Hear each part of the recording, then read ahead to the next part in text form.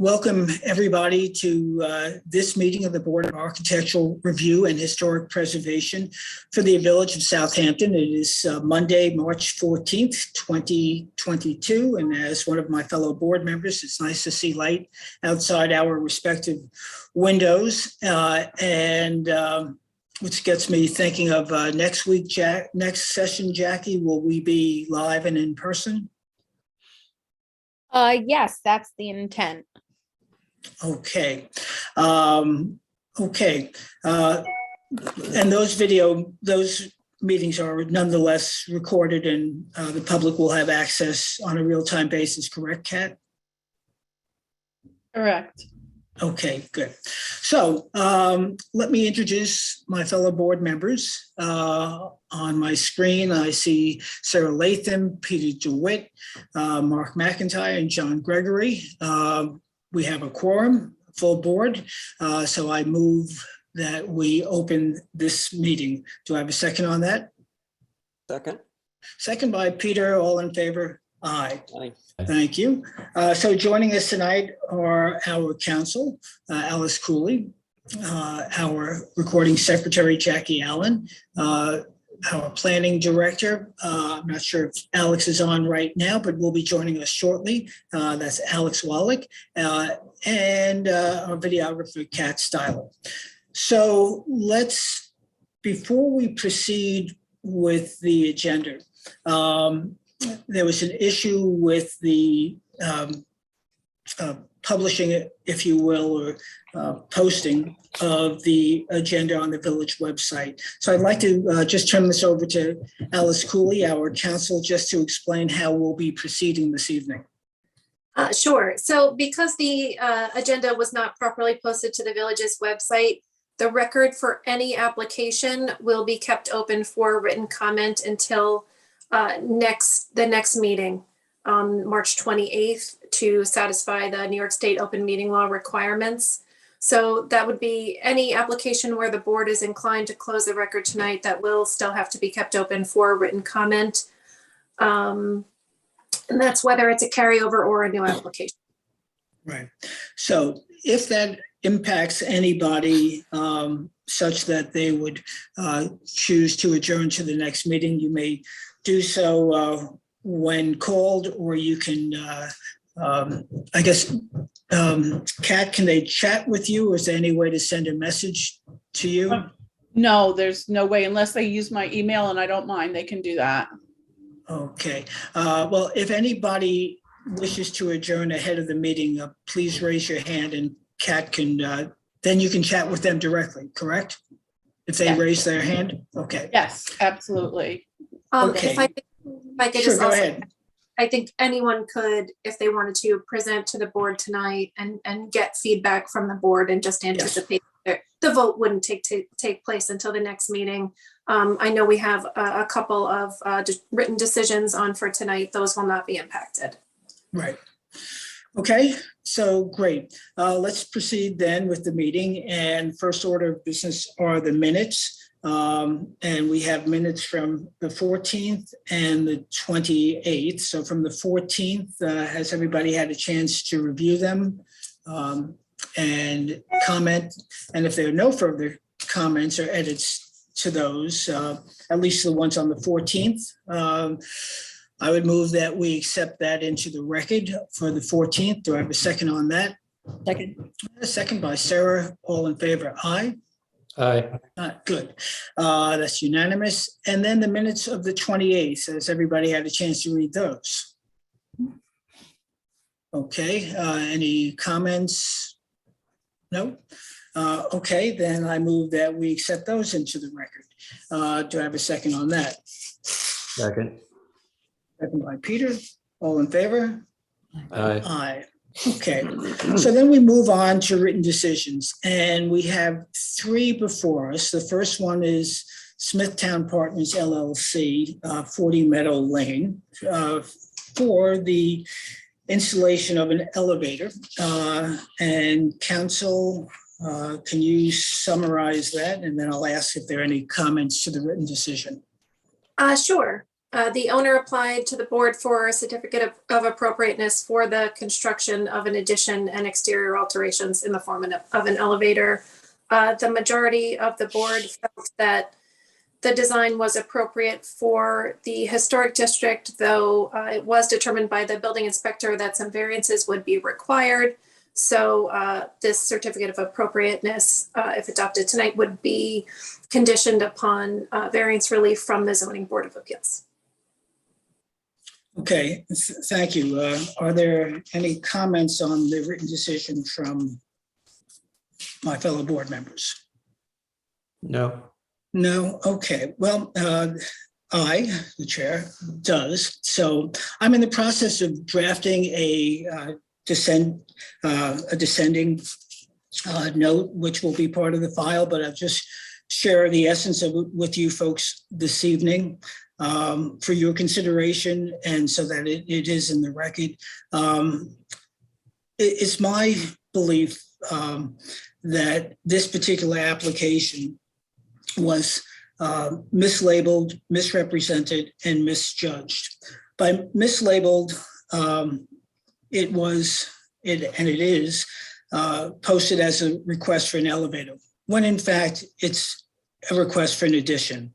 The elevator is a personal amenity, and it is only the addition that is within the jurisdiction and purview of the board. Misrepresented in the context of the addition was presented to the building department and the board without the proper pyramid lines being drawn in as required. As such, it was misrepresented as not requiring a variance. When the board pointed this out to the building inspector, he concurred. The applicant subsequently claimed that there was an exemption. The code does not provide for such an exemption. And the trustees did so for good reason, as not to further exacerbate non-conforming structures. And in fact, a more recently enactment by the trustees was of a code that further reduces the height of buildings on properties such as 40 Meadow, resulting in an even greater violation of the zoning codes as was presented. It's not the role of this board to approve applications that conflict or cause a violation of the zoning codes. There are, however, and we've been party to it, exceptions in highly unusual circumstances or in which the impact of the variance would be de minimis. But this is neither of those. It is, again, a personal amenity. And as such, with the new law, the violation of the code is not de minimis. In fact, it's as the planning director indicated, it would require a variance for 7 feet at the height level. So in my view, by approving this written decision, the board is acting in a de facto legislative capacity. And in this case, too, counter to the intentions of the trustees. This application and our approval, in my view, runs against not only the letter of the law, the code, but surely the spirit of the law. I will put that in a draft. I will convert that draft into a written format and submit that into the file. Again, the vote is yours to take. And so if you have further comments, again, the case isn't open. We're just talking about the written decision. But if you want to comment on the written decision, you're free to do so. And then after that, we'll vote, and you're free to vote the way you choose. Member McIntyre, did you want to make a motion to approve the certificate of appropriateness? I move we approve the certificate of appropriateness for 40 Meadow Lane. Okay, so then there's a second by Sarah, and let's do this by voice. All those in favor?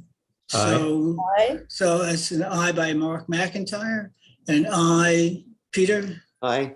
I, Sarah? Aye. Okay, nay is me. And presumably, John, where are you? I don't see you. He's naying. Okay. Okay, good.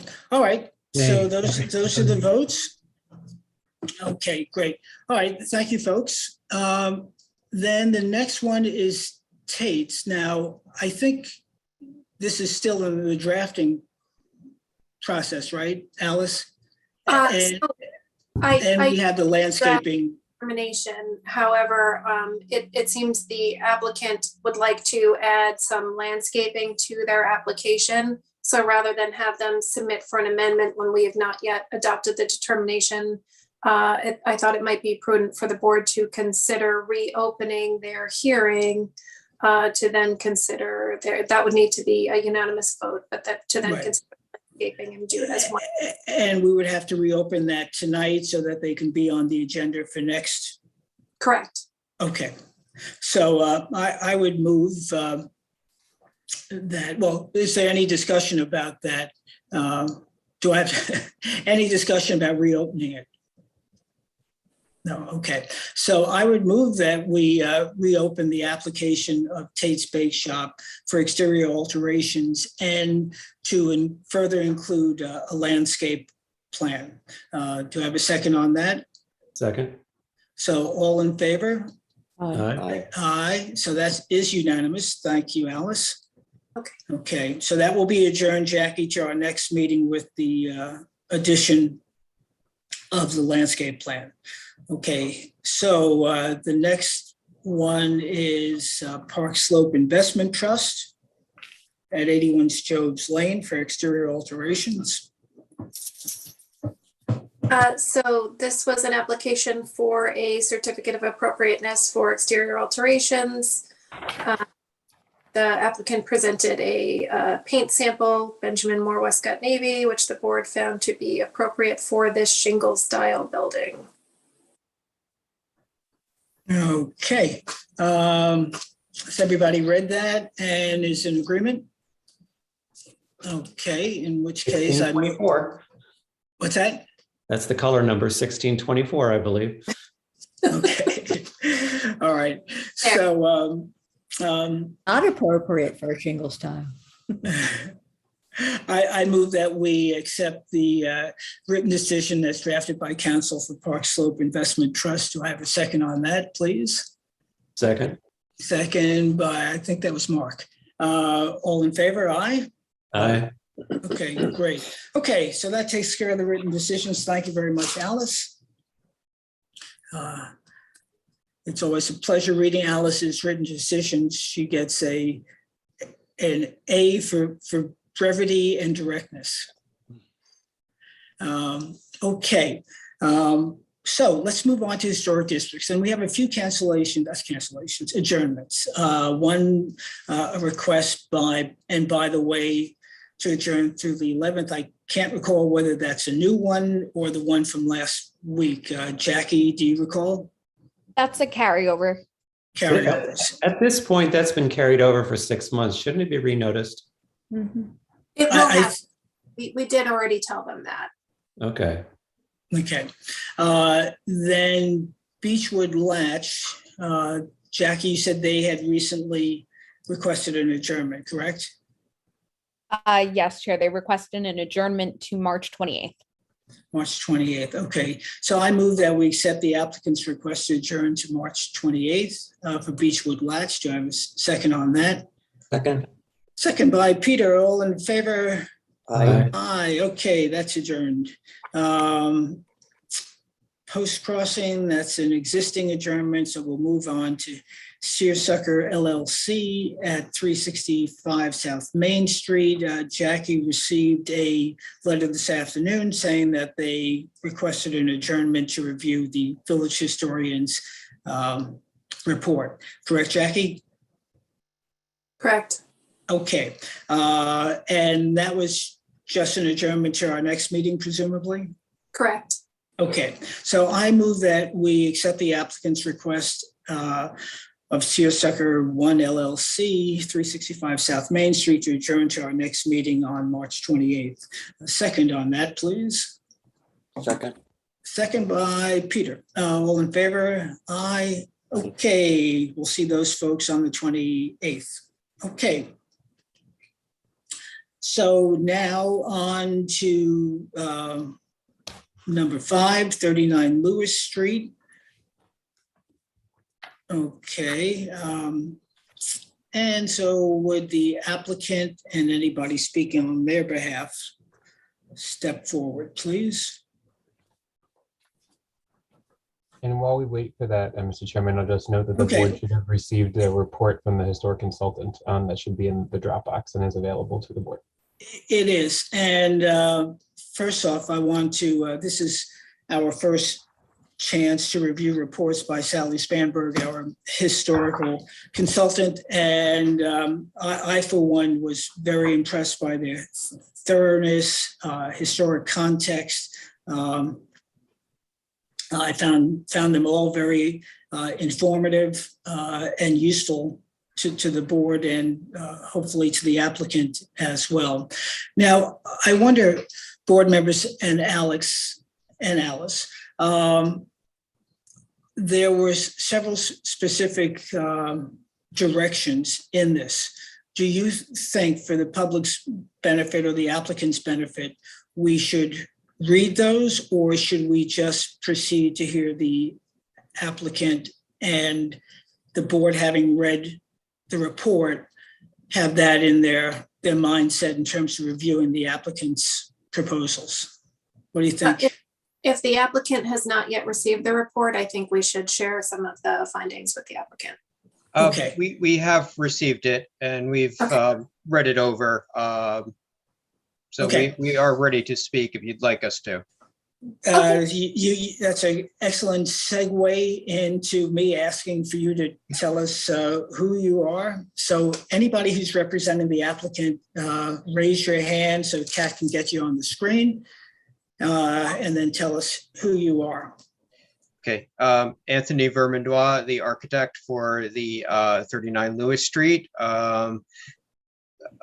So yeah, so And Anthony, will you be joined by anybody else, including the property owner, Mr. Houseman, is on as well, and he may like to speak as well. Great. Hi, everybody.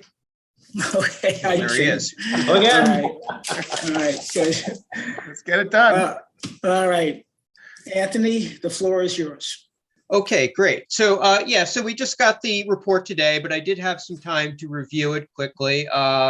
And I think that the main point in the report, and which is something which we brought up has come up at the last meeting, is the front porch. And you will recall at the first presentation, our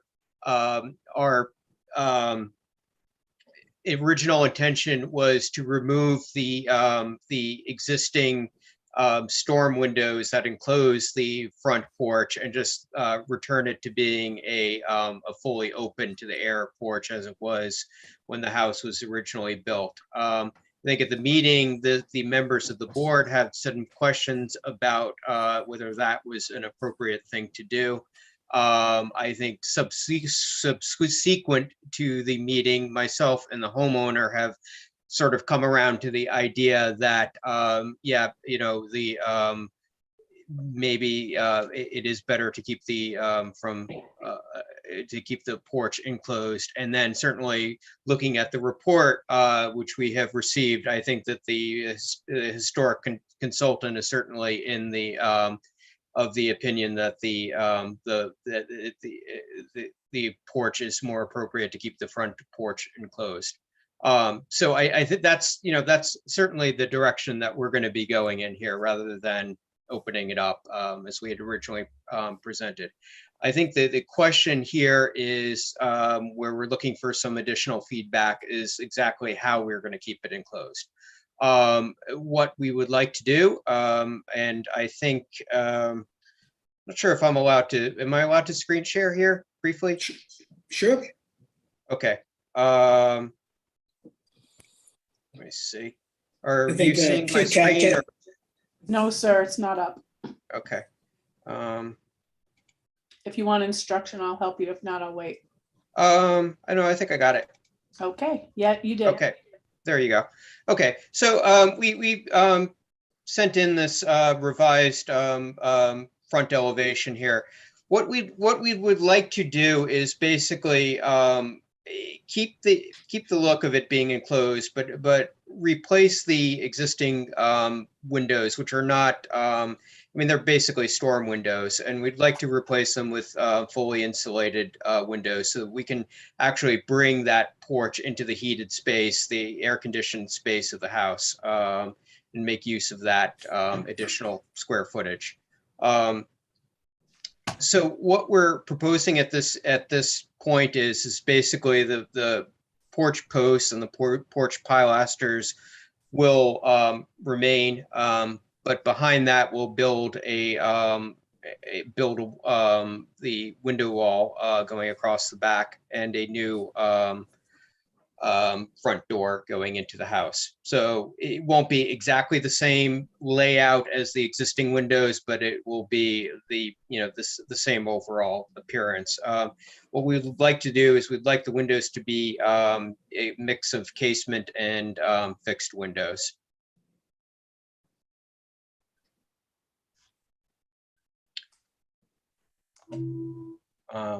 So that's.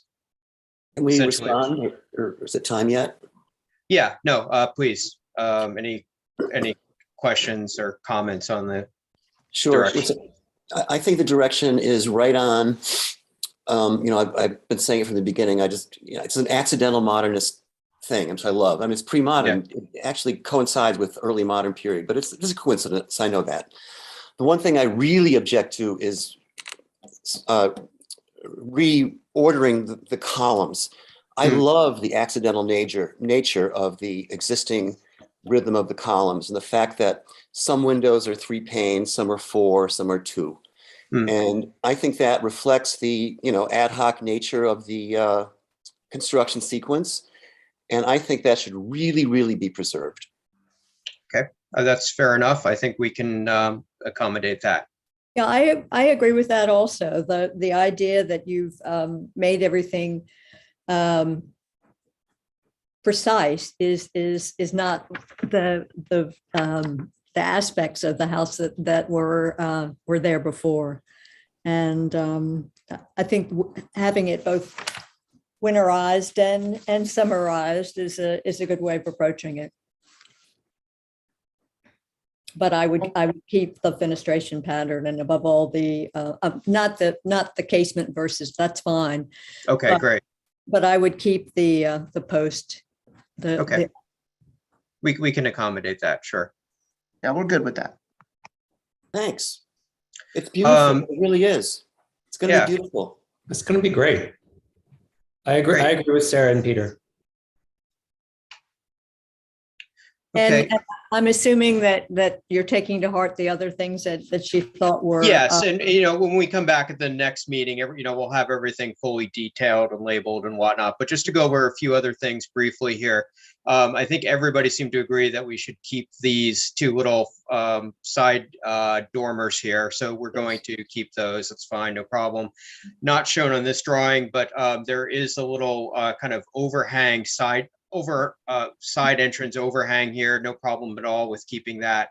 One thing I want to clarify here, just in case there are any questions about it before we go into the full detailing of it. The intent here is to lift the house and put a brand new foundation underneath it. So, obviously, anywhere where we're keeping the original footprint, it will reflect that, but the intent is to do a new foundation underneath the house. Very little of the existing foundation is visible. It's not like it's a beautiful brick or stone or something like that. The house is actually quite low to the ground, so very little of that foundation is visible.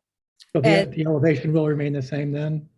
Yes, it'd be the same height relative to grade, yes. Right. I think one thing I would say is if we are rebuilding rebuilding this enclosing this front porch and it becomes part of the heated space. I think rather than currently there's a wood deck supporting that, I think now it would be there would be some masonry. There would need to be masonry underneath that. We could finish it off in the front with a little, lattice or something like that to make it look like a wood porch, but the actual structure of it would, let me backtrack there so I'm not misleading. It doesn't sound too like I'm misleading you. I'm not saying the porch itself obviously will stay wood. I'm saying that the foundation of the porch would be masonry. Glad you said that, because that's where I was headed. Okay. Okay, so any further board comments? Any comments from the public? I would just like to Sure. reinforce what Sally said, that when you're looking at an old building, you choose a date and you don't flip flop back and forth. And she's made her memo, she's made that quite clear, that if you keep the front dormer and the side dormers and the front elevation, then you're leaning toward 1915. So you're not going to go back and forth between 1901 and 1915. So thank you. And thank you, Okay. Sally. Good. All right. I just have a question. No public I have a comment? Go question. ahead, sure. When I look through the windows of this house, the existing exterior wall that's behind the porch is still there? Yes. Okay, so you're not removing what was the front wall of the house to go to this wall. That still exists? Well, we would be opening it up Yeah. to make use of that space. I mean, we would need some part of that wall is structural. It's holding up the second floor, so it won't go away completely. But the idea would be to open that up, to make better flow from the interior rooms into the new fully enclosed porch. I would suggest that also go before Sally examine that as well. Okay. Can we then maybe come up with when we come up with a plan for that, we can send that to her for comments ahead of the next meeting? That would be Yeah, great. well, send it to Alex, and then he'll coordinate it with Sally. So at one point, there was discussion about keeping the existing original front walls to the house, with the exception of the bay that is now the dining room, I guess, or foyer. So you're thinking of removing all the interior, exterior walls? Well, I mean, certainly we would like to remove that bay because it's frankly, even if it's not great with the layout of that particular room. As far as the other two rooms go, the room on the left here, which was what will be the dining room, that wall has already been altered over time. It's got like a new kind of recent door in it that's not of any historic value. So I don't think there would be anything problematic with opening that up as far as losing anything historic. All the way on the right, though, that's in the room behind that will be a bedroom. There are two existing double hung windows, mold together there. Yeah, because I think it's an interesting point, because on this black and white drawing, the windows are ostensibly opaque, but in reality, the windows are clear. Yeah. So clear windows looking back onto an historic house helps, I guess, in my view, keep that historic element. And if you bring everything forward, now you've sort of taken away some of the flavor that Sarah was pointing out to try to keep.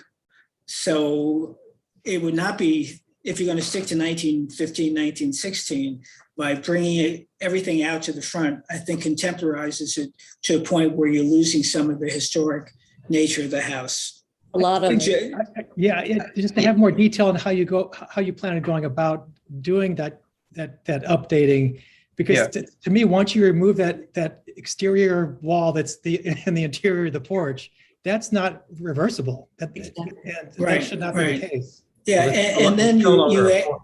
It's you no longer add a on, porch. and then you add on to that the use of casement windows. Then I think that two of those, removing that back wall and then putting on casement windows contemporizes it, I think, more than was the original intent of the report and the comments Sarah and you and others, John, have made. So changing the use is not an issue as much as how you plan on making that revision to the building itself. Because once you look at 1915, you really can't, you really shouldn't be going back and forth with future alterations. I understand that you've got a problem because it's narrow, but work with it. Okay. Well, I'm going to respectfully disagree. Okay. I don't think it's fair to make them enclose something and then they can't use it. I mean, that bay, I know it's original to the first house, but Yeah. it's gone now. I mean, we're going 1915, and I never Right. saw that. I don't really notice. I can't remember seeing the bay through the window. The windows are not opaque, Yeah. but they are reflective. You know, Right. unless the lights are on, you don't see it. Yeah, Peter, I was less concerned about the bay coming forward than everything to either side of it. I agree. Yes. So I think the plan just will not work, you know, for the homeowner if we make them keep that No. bay. Okay. And I don't think we should do that. Yeah, on the dining room side, if that's been a mucked up wall, I wouldn't be against removing it. On the north end, I mean, we should see a plan really, so we could, you know, make a more informed judgment. But on the north end, I wouldn't be opposed to turning those mold windows into an opening, you know, from the bedroom into like a bay, you know, a sitting Yeah, area. I mean, that would be kind of what, that's where our thought is basically turning those windows and the door on the dining room side basically into big mold openings. So you would still see, there would still be some visual definition there. It would be almost like a gallery kind of connecting the house, but on the inside instead of being an exterior space. Yeah, I think you're right. Okay. And that I'm so is, you confused know, by the- besides being aesthetic, that's also practical from a structural standpoint. I just think we needed the opinion of our consultant Okay. on this issue, because to me, it's currently a porch, an enclosed porch, and that's part of the history of the home. By removing that, you're forever changing the structure of this historic house. But anyway, that's. Well, right. hi, everybody. Can I just make one or two comments? It's Jim Hausman. Okay, homeowner. sure. Go ahead. As noted in the historical consultant's report, at some point, this became a three-family house. So the entire left side of this picture that you guys are looking at is two apartments. And on the left side, you know, there's a door. There's actually two front doors, right? The one that you see and the one on the left. I don't know if you guys remember, there's a door where the dining room would be on the left. Obviously, in the historic person's report, they acknowledge getting rid of that door to the apartment on the left-hand side, which would be dining room now, is an appropriate thing to do.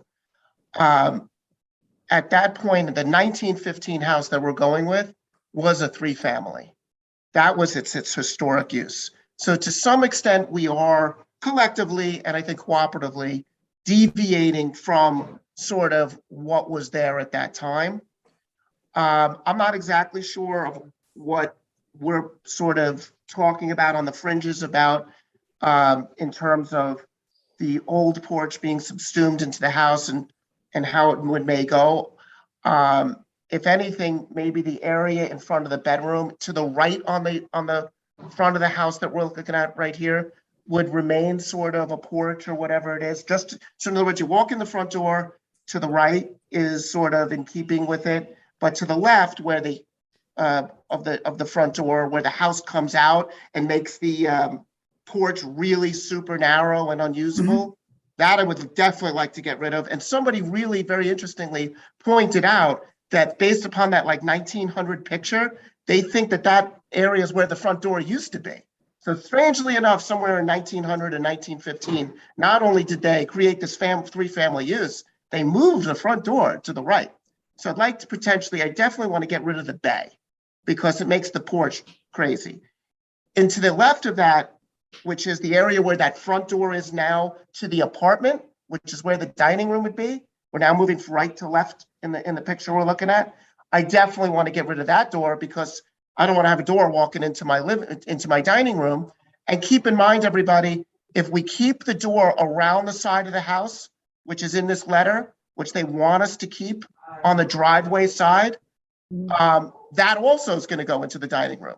So all of a sudden we'll have a door going into the dining room from the front and also from the driveway on the left.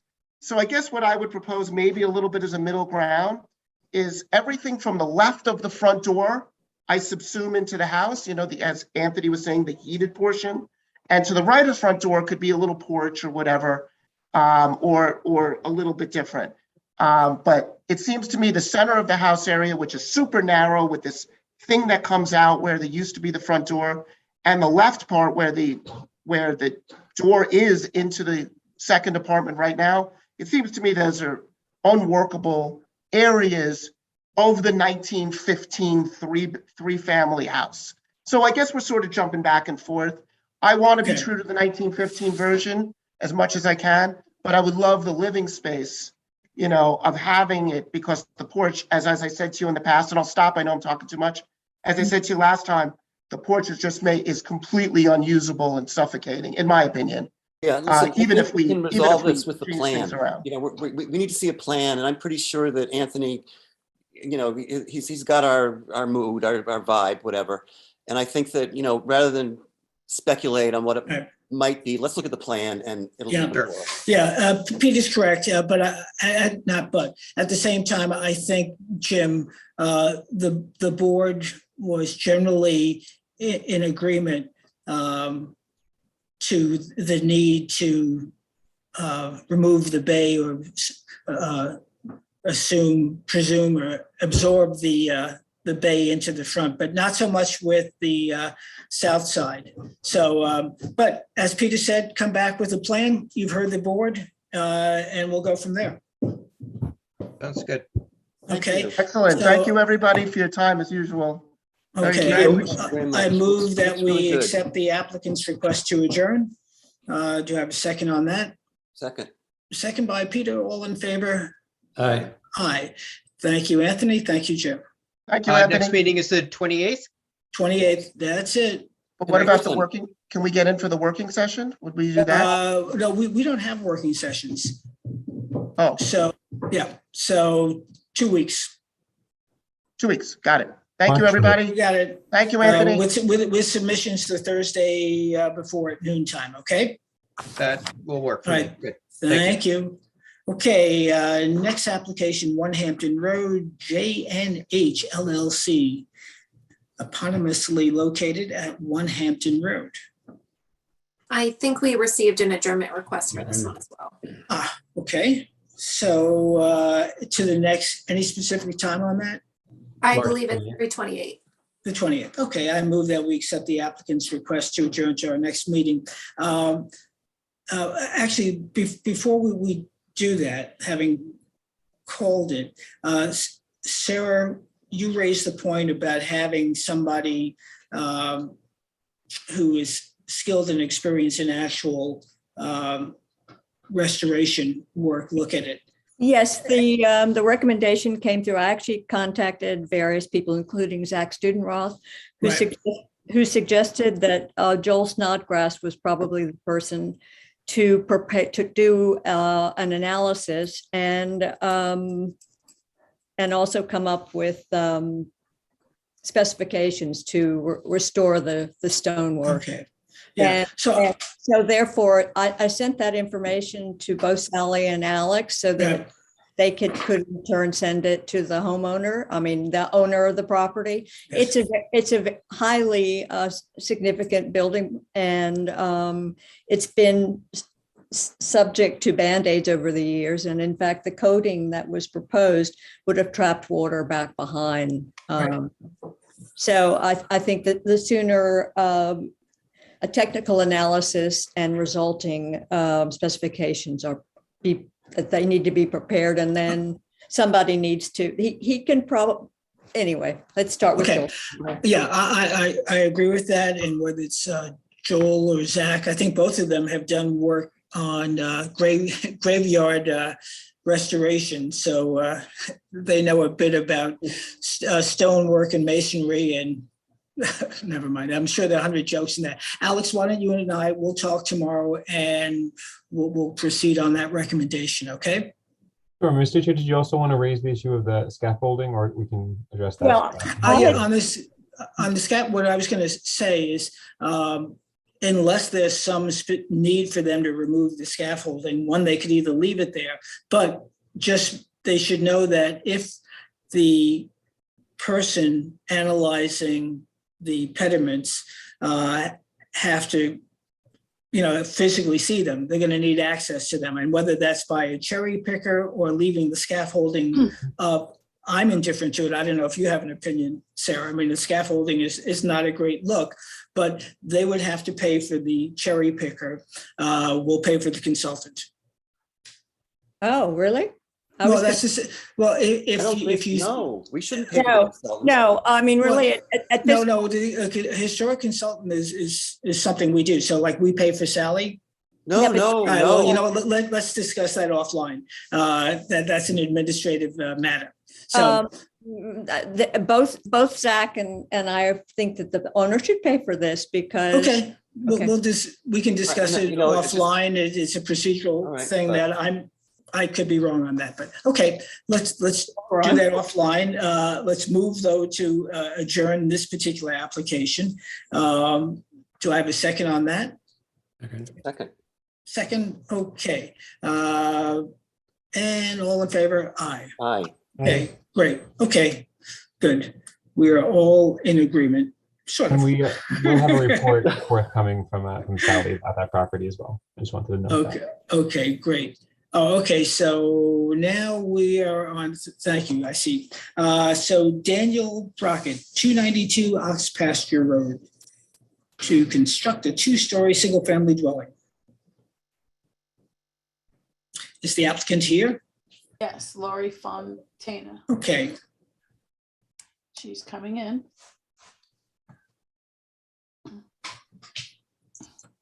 It looks like the only person with their hand up, Jeff. okay, so Lori, come introduce yourself.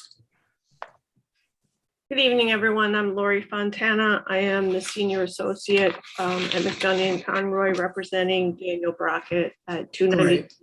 Ox Pasture. Right. Lori, before you begin, I just want to hopefully bring some clarification to one of the issues that arose last week. And I don't know if your client is in the waiting room or intends to speak.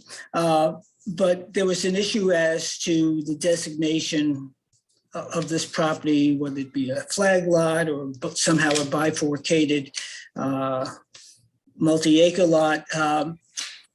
So that's not our purview at this meeting. We're going to accept it as it is presented.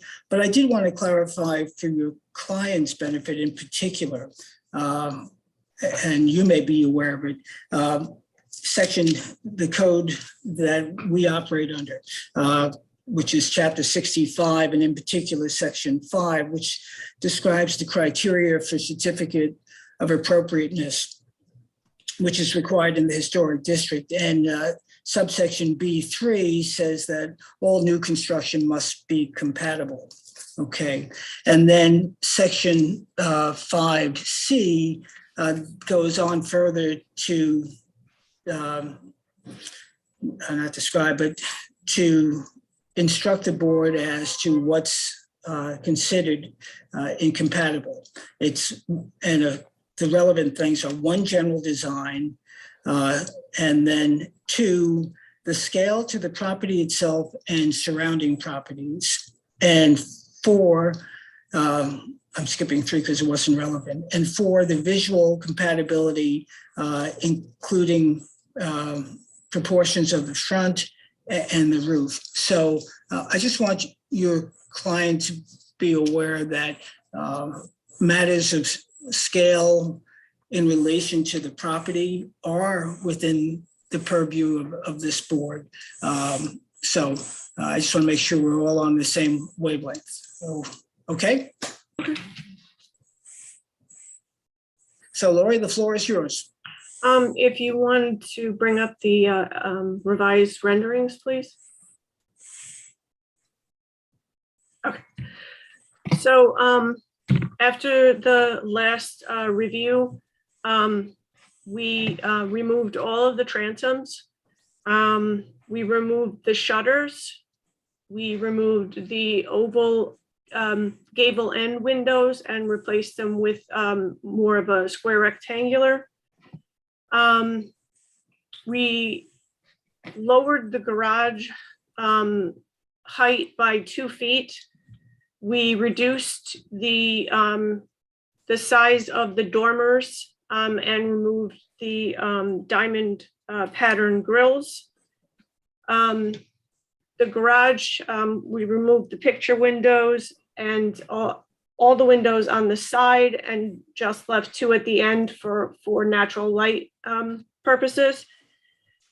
The elevation, the rendering is incorrect. The plans indicate that the front door is mahogany. It is not glass. It was, once we realized it was too late for the renderer to change it to have it in time, but the plans are noted that it is a mahogany door with 2 side lights.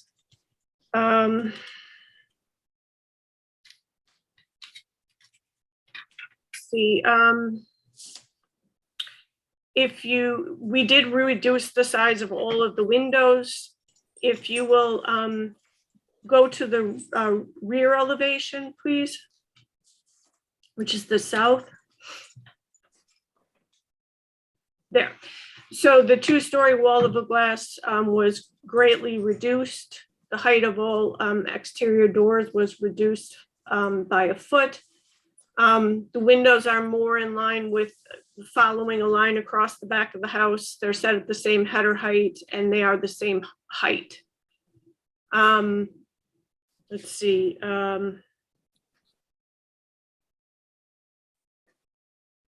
That was a reduction due to a comment by the neighbor.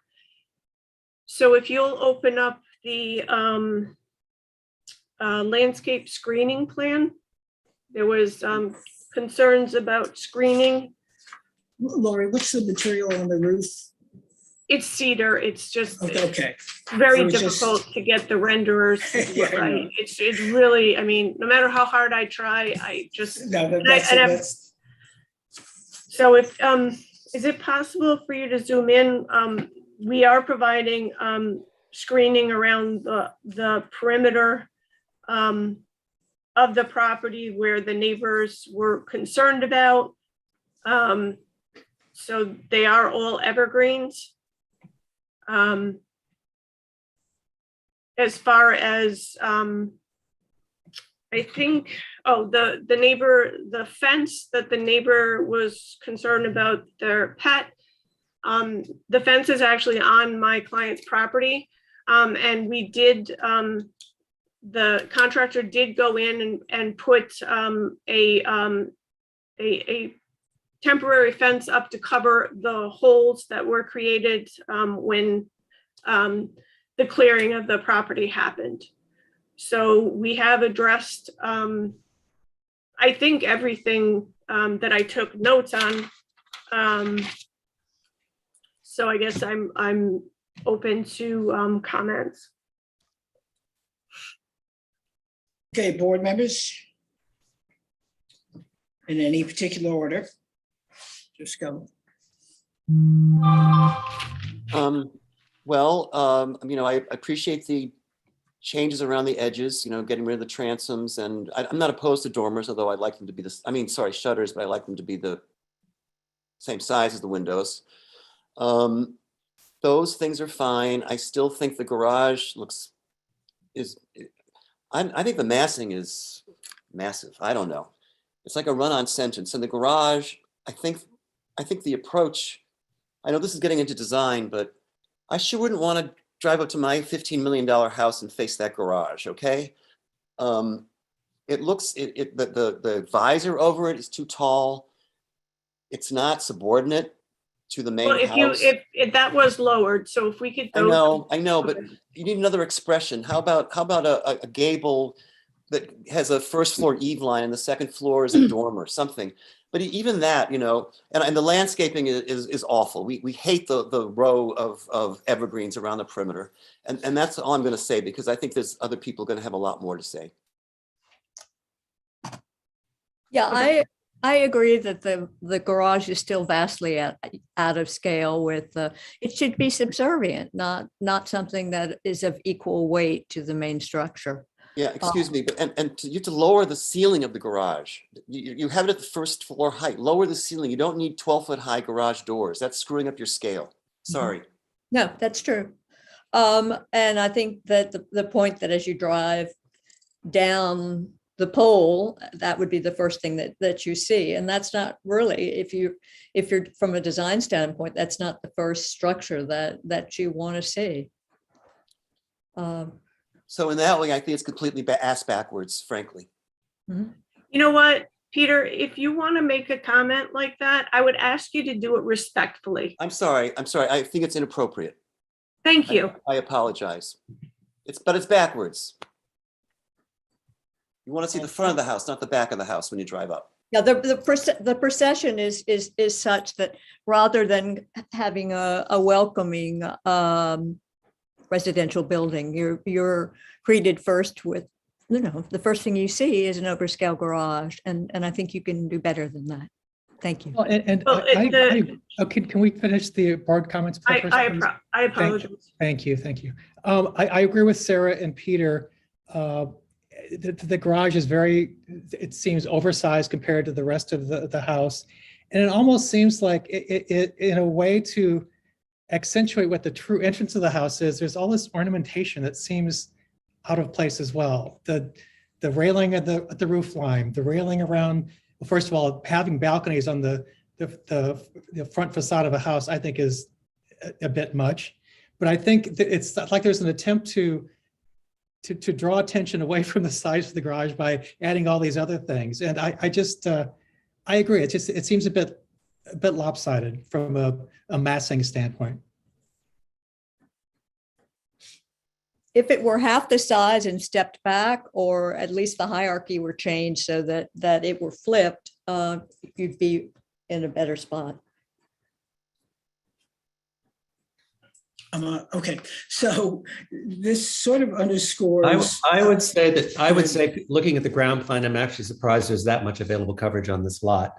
That aside, though, when I look at the front door is almost subservient to the rest of the house. There's no set of presence to the front door because the upper glass is so much bigger, and I literally don't understand the railing up on the roof where no one would ever go. Mm-hmm. So I think it's a little too one of everything. I think no attempt has been made to bring down the massing of this house. It stands almost suburban in its mass to me. And the other thing that I look at is the same way you've got sort of that empty wall by the garage on the north elevation where you've got windows at above, but no windows in the bottom. So it seems like an odd window to wall ratio as you look at the north elevation to the right of the front door. When you go to the south elevation, the same problem repeats itself. So going in the back door to the right of all those sliding glass doors across the back, you have this big blank wall staring at you. And I believe, is that garage or that goes to occupiable space? No, that if you're talking about, the picture that's up, if we're looking straight down, that is the garage. I removed the windows. No. Go up, okay. Go down 3 pictures. That's north, that's west, that's east, there. What's the blank wall there to the right? So that is the butler's the pantry for storage. Okay, I just think it's odd that you have this you come out of this house with all this glass and suddenly you're looking at this great big blank wall. I just think the glass to wall ratio is weird there. Okay. And again at the top there's another railing where no one would ever go. So I just think it's over ornamentation on this house. Okay, so to some extent, this underscores or presents the issue that was raised as to what this is. And whether you choose to quote Shakespeare and his comment about a rose smelling as sweet, no matter what you call it, or something more plebeian, if it walks like a duck and quacks like a duck, it is a duck. This is, if you're building a house, I think that a lot of the comments reflect a house that should be built on 3 acres with a front approaching driveway, rather than the flag lot that it physically is, no matter what you call it. And I think the comments by the board members driving up to this massive garage and a massive house reflect that. So again, we can only deal with scale, massing, design, and so on, but you've heard a lot of comments, Lori. I hope you take them with the intention that was meant, and good intentions at that. So I'll give the floor back to you and also open it up to public comment. Okay, my client is here and he did text me that he did want to speak. So Okay. I'm not sure if he wants to speak now or I'm not. Sure, he's welcome to. Dan, if you're on, just raise your hand and she can let you in. There's 2 people with their hands up. I'm letting them both in, and one is a Dan. Then that would be Dan Brockett. There's Dan. Okay, so do you know who Nika Strunk is? Those are neighbors. Okay, so And that's a the public comment. Nika, if you could just wait until they've finished. Thank you. Okay. Hey, Okay. Dan. So just introduce yourself for the record. Thanks, Dan. Sure. I'm Dan Brockett. I'm the owner of this property. And Mr. Chairman, members of the board, thank you for the opportunity to let me speak. I only want to make one point, and it's a part of the theme that I said last time, which was that before I bought this property, we went to the chief building inspector, Tin Ho So, and we specifically inquired about this very question of what would be the building envelope here. And we got a ruling from the chief building inspector that this was not a flag lot, that it is a barbell lot, I guess you could, with a front yard and a backyard. And that in terms of the size of the house we could build, it would be based upon the entire 2.2 acres that comprise both the front yard and the backyard. Right. And because we can't build on the front yard, obviously, so the house had to be placed.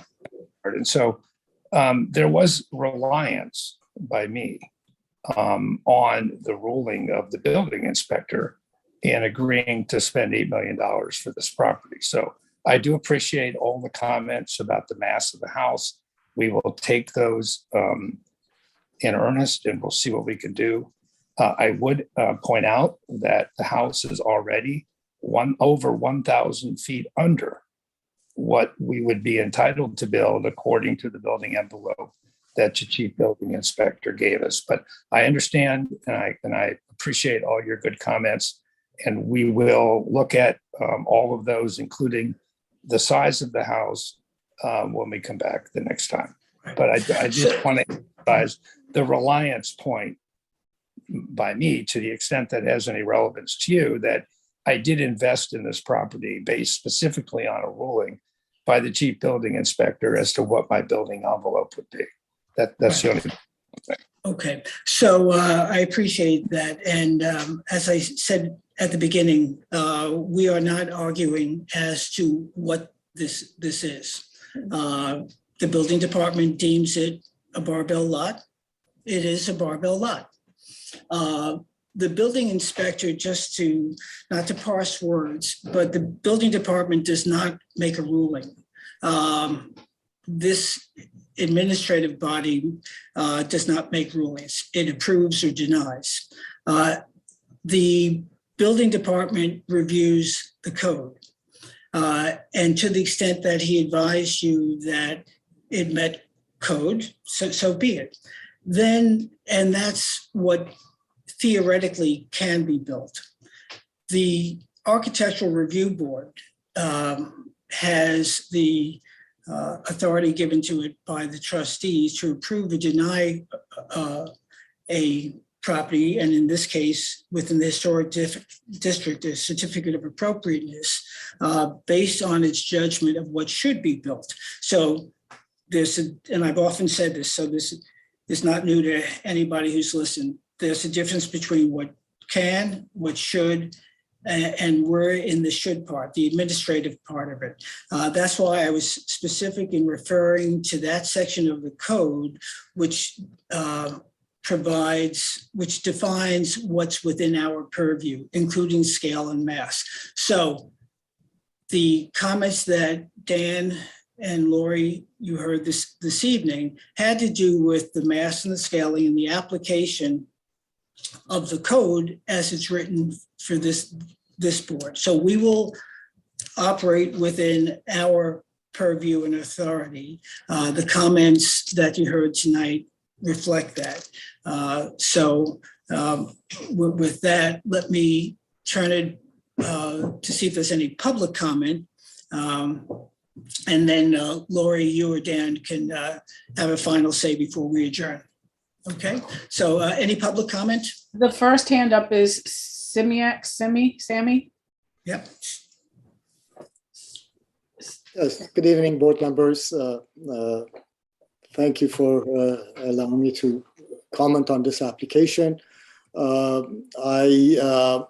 Generally speaking, again, consistent with what you just mentioned, Jeff, I'm not going to challenge the square footage of this house. As Mr. Brockett mentioned, there was a building department call on that as far as what the lot coverage is and so forth. So even though I think that as far as the intent of the law, this could be challenged, but in my comments tonight, I'm not going to address that. Again, going back to the whole notion of size of houses in this village are consistent with the size of its lot. But being that this is a barbell lot, it's basically transferring, for lack of better words, air rights from another portion of the lot to this lot. So the question is that how do we deal with this scale and massing of this house? Height of the house is definitely a contributor to this mass. We could definitely drop the height of the house at certain areas. The amount of light has been reduced by size of some of the windows, but we still have the second story glass on the south side in the living room area, which is a whole span of it. I would suggest that that could be more consistent with the other second floor lights and windows and be reduced in line with the bedroom windows. Also, the whole notion of this building, the front yard, rear yard, the garage, because of the shape of the lot, what we consider in this application of front yard is actually technically is the side yard of this building. Also, the portion that is facing me in the south is not the rear of the house, but the side yard of the house. And these two, both the front and the back of the house, are sitting basically 35, 40 feet away from the property line, which is usually the side of a house. And the side of the house usually is the narrower side of the house. It's the bulk of the house on the that faces the front and the rear yard. And that is not the case in this application. So again, any attempt to reduce the scale of this house on the upper portion of it would be appreciated. Whether that would mean engaging the roof more into the rooms on the second floor by lowering it, definitely reducing that second floor living room window size. And again, there are balconies both on the west side of this property. There's two sets of balconies. I don't know what kind of access or what kind of activity is going to occur on those balconies at 35, 40 feet away from the property line.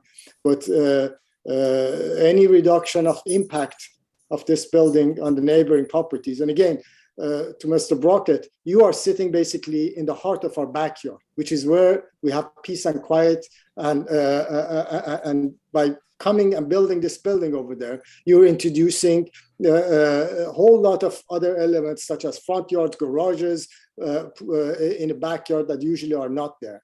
So further attempts in that category that I just mentioned would be appreciated from my perspective. As far as landscaping, from what has been proposed, 10 to 12 feet trees is going to take another 10 to 12 years so that I would not see this house. So any increase in the caliper of these trees to further screen it in the context of it being a larger house would be appreciated. And I don't know if the architectural board can have any say on that. Again, I would suggest that as a way of protecting us in our backyards. Thank you. Do you want me to address each individual person, or do you want me to wait until everybody's spoken? Let's wait. Okay. And Okay, then- Nika, you're next. Sorry, Jeff. No, that's okay. That's good. Hi, everybody. Nika Strunk, 37 Windmill Lane, Southampton, New York, for Marianne Ty, who is has LLCs that own the 3 lots to the east, and I'm also jointly representing Siamek, who just spoke a few moments ago. Most of what I was going to say, Siamek has covered.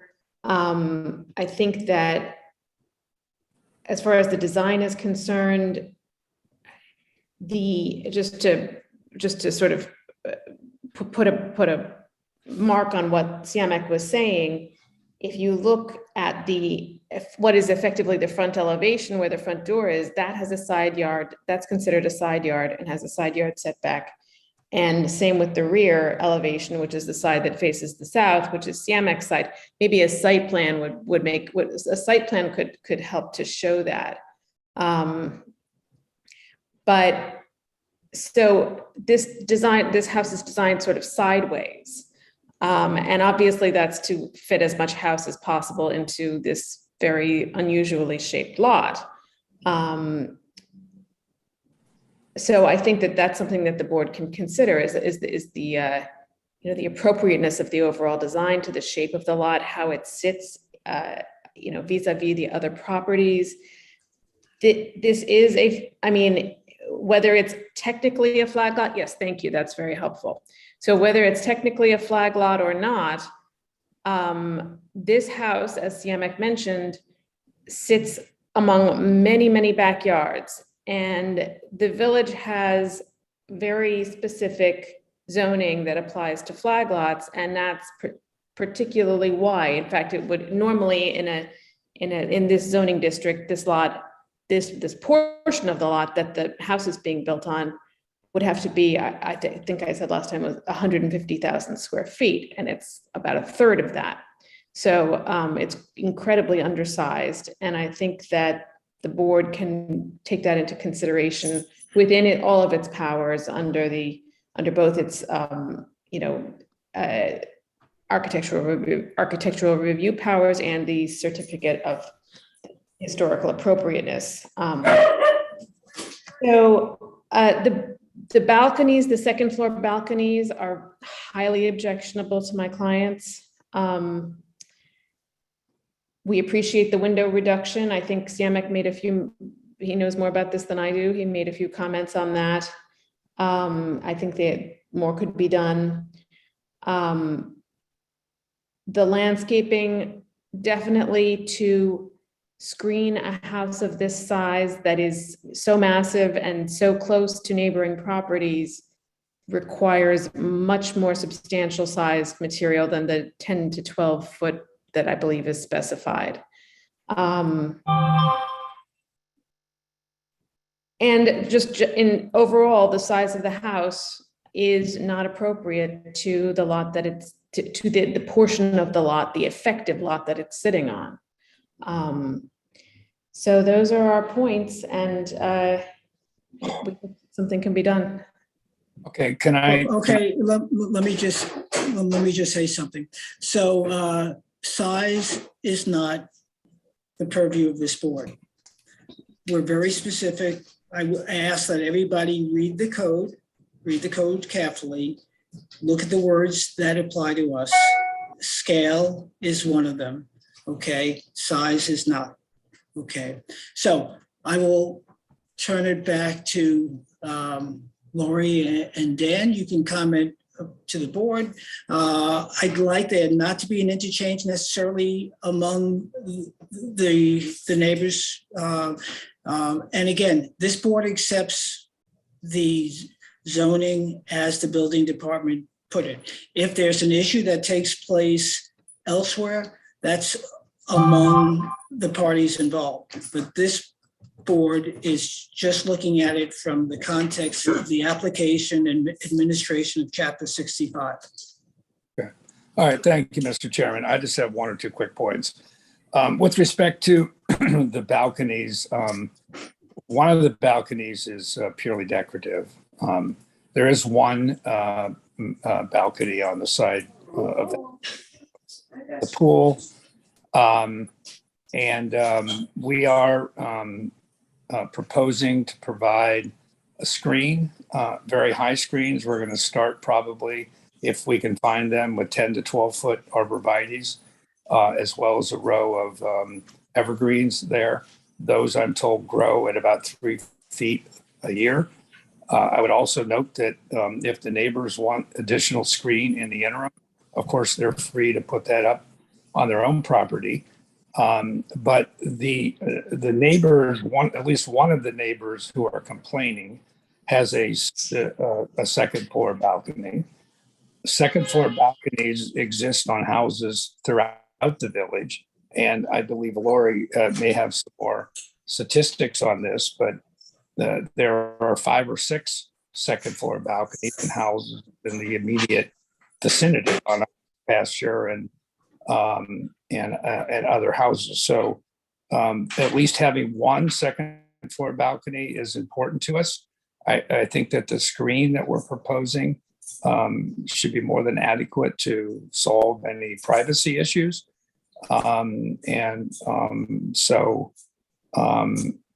I guess, yeah, that's all the only point I wanted to make. Okay. Hold on a second. Has the idea of having this sunken tennis court on the corner of Ox Pasture and Halsey Neck been approached to the zoning board? Yes, the zoning board approved that. The neighbors disputed that. The prior owners sought a variance to put the tennis court there. The same neighbors opposed that. It went to the zoning board. The zoning board ruled. Okay. All right. We're not going to get into the zoning board issues, but to answer your question, yes, the zoning board approved it. I just want to cut the conversation because I don't want to get into the other boards, but yes, it was approved a few years back.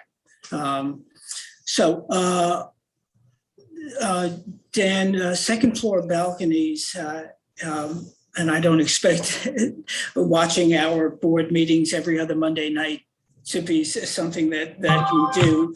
But if you and Lori had, you would be aware that second floor balconies are a consistent concern of this board. And we may very well, going forward, ask you to provide a line of sight to the neighbors.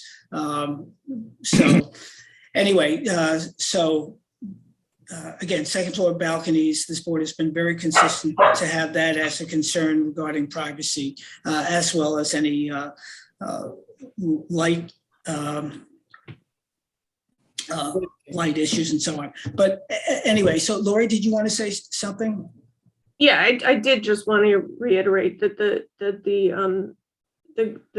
screening that we're planning, it has generally a 3 to 5 year. I'm sorry.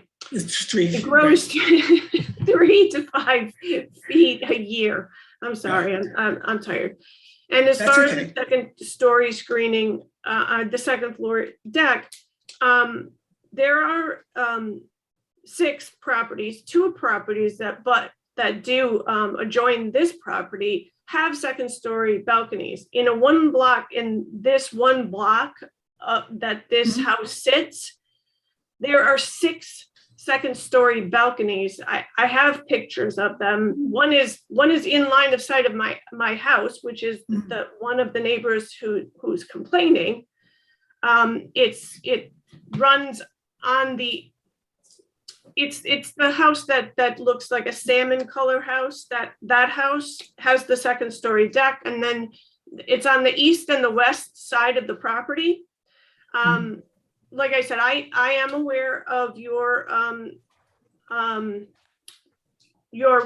privacy practices. Right. That's why But the sight line, Lori, I think would be really, really helpful, because those other properties may have balconies, but what we don't have in front of us right now is the proximity of those balconies to the property lines of the other. okay, I will get that for you for the next meeting. Okay. All right, so it sounds like there's a bit more work to do. Lori, do you think I would you will request be an adjournment, please. to the next meeting, or do you think do you want to go? For tonight, for the next meeting, I'll speak to Dan privately, and then Okay. we'll see if it's going to change. Okay, great. Fair enough. Thank you, everybody. I appreciate it. So you. I move that we accept the applicant's request to adjourn to our next meeting. Is there a second on that? Second. Second by John. All in favor? Aye. Aye. Aye. Okay, it's unanimous. Thank you, folks. Thank you. Okay. So moving on the agenda, number 8 is Brookside Enterprise at 276 Hill Street to construct a pool house. This is a new application. So Alice, how do we stand on affidavits? We received the affidavits and they're in order. Okay, thanks.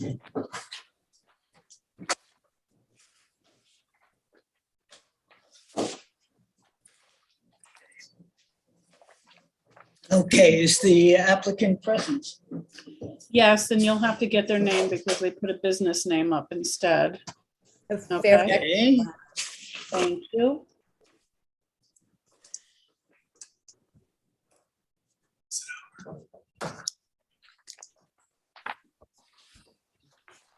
Are you ready?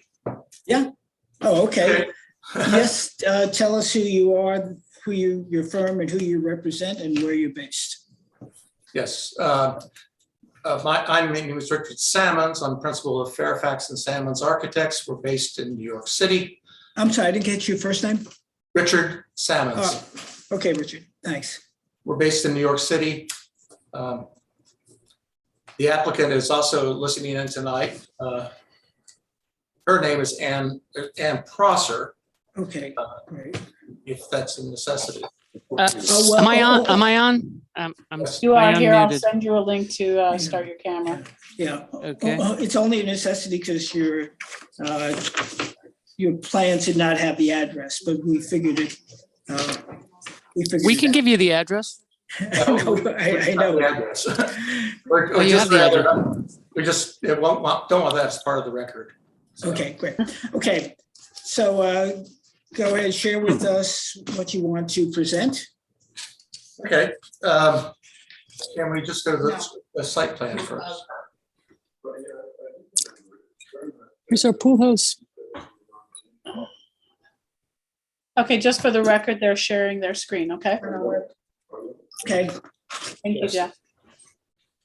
So the pool house is located at the extreme south of the lot, obviously within the setbacks. It's a one-story building, and it's a small building, smallish building with basically shingled cottage with a pergola in front of it, and then a pool in front of that, which has already been permitted. It sits behind the 1950s. Somebody may have to mute their microphone. I don't know whether it's you, Ann, or whether it's Richard, but we're getting feedback. I got it. I muted them, Jeff. Okay, great. Thank you. Yep. Okay. The offending party has been muted, justly muted. And the pool house sits behind a 1950s, basically Homes for Heroes type Cape Cod, which may or may not be replaced or tarted up, but they are in the same vocabulary. And if we would go to the, let's just go to plan, we have to blow the house. This is such a small little thing. We'll have to blow the plan up in order to see it. But it consists basically of a gym, a wet bar, a sauna, and an outdoor shower. And it has a fireplace because that's just lovely to have. Next, the roof plan. As you can see, the roof plan, the main body of the building, and I could read those dimensions there. 16. So the main body of the building is a 16 by 22. 22.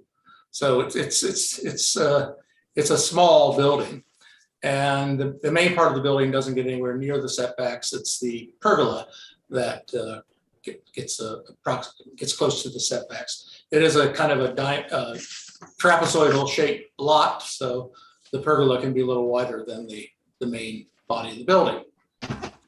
Let's just go straight to the larger elevations. Here are the 4 elevations. I blow those up so that you can see them. The front elevation, it has the pergola in front of it, and there's a pediment with a lunette above that. Okay, just to be, the front elevation is the north elevation. So if you just, yeah, Richard, if you just use directions, that would be helpful. Yes, so Okay. that's the north elevation. And so it's basically ornamented with a pediment and a lunette window, and it has 2 doors, one to the sauna and bathrooms, the other to the wet bar area. Mhm. And then the side elevation, which would be the west elevation, and you can see there, that shows the outdoor shower.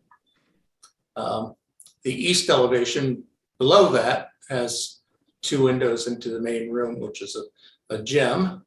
And the rear elevation has, basically a single 15 light door and 2 sashes next to it, forming a kind of a bank of windows there, and then the single 6/6 window on the other side. Again, just very sort of standard colonial Cape Cod details. The shutters are operable. It is white cedar shingles with a red cedar roof, and it's a typical kind of combo in white trim. Next. Okay. And just the sections, if you're at all interested.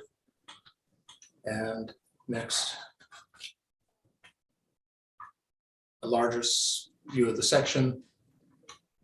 So just, Richard, just quickly, you started mentioning the materials, the siding, the roof. Yes, the windows. Let's go to it. And the coloring. You can Well, just it'll be run down weathered that very gray. quickly. Just the weather, shingles will be left to weather, and they're white cedar, so we go that nice gray. It's sort of Nantucket kind of gray.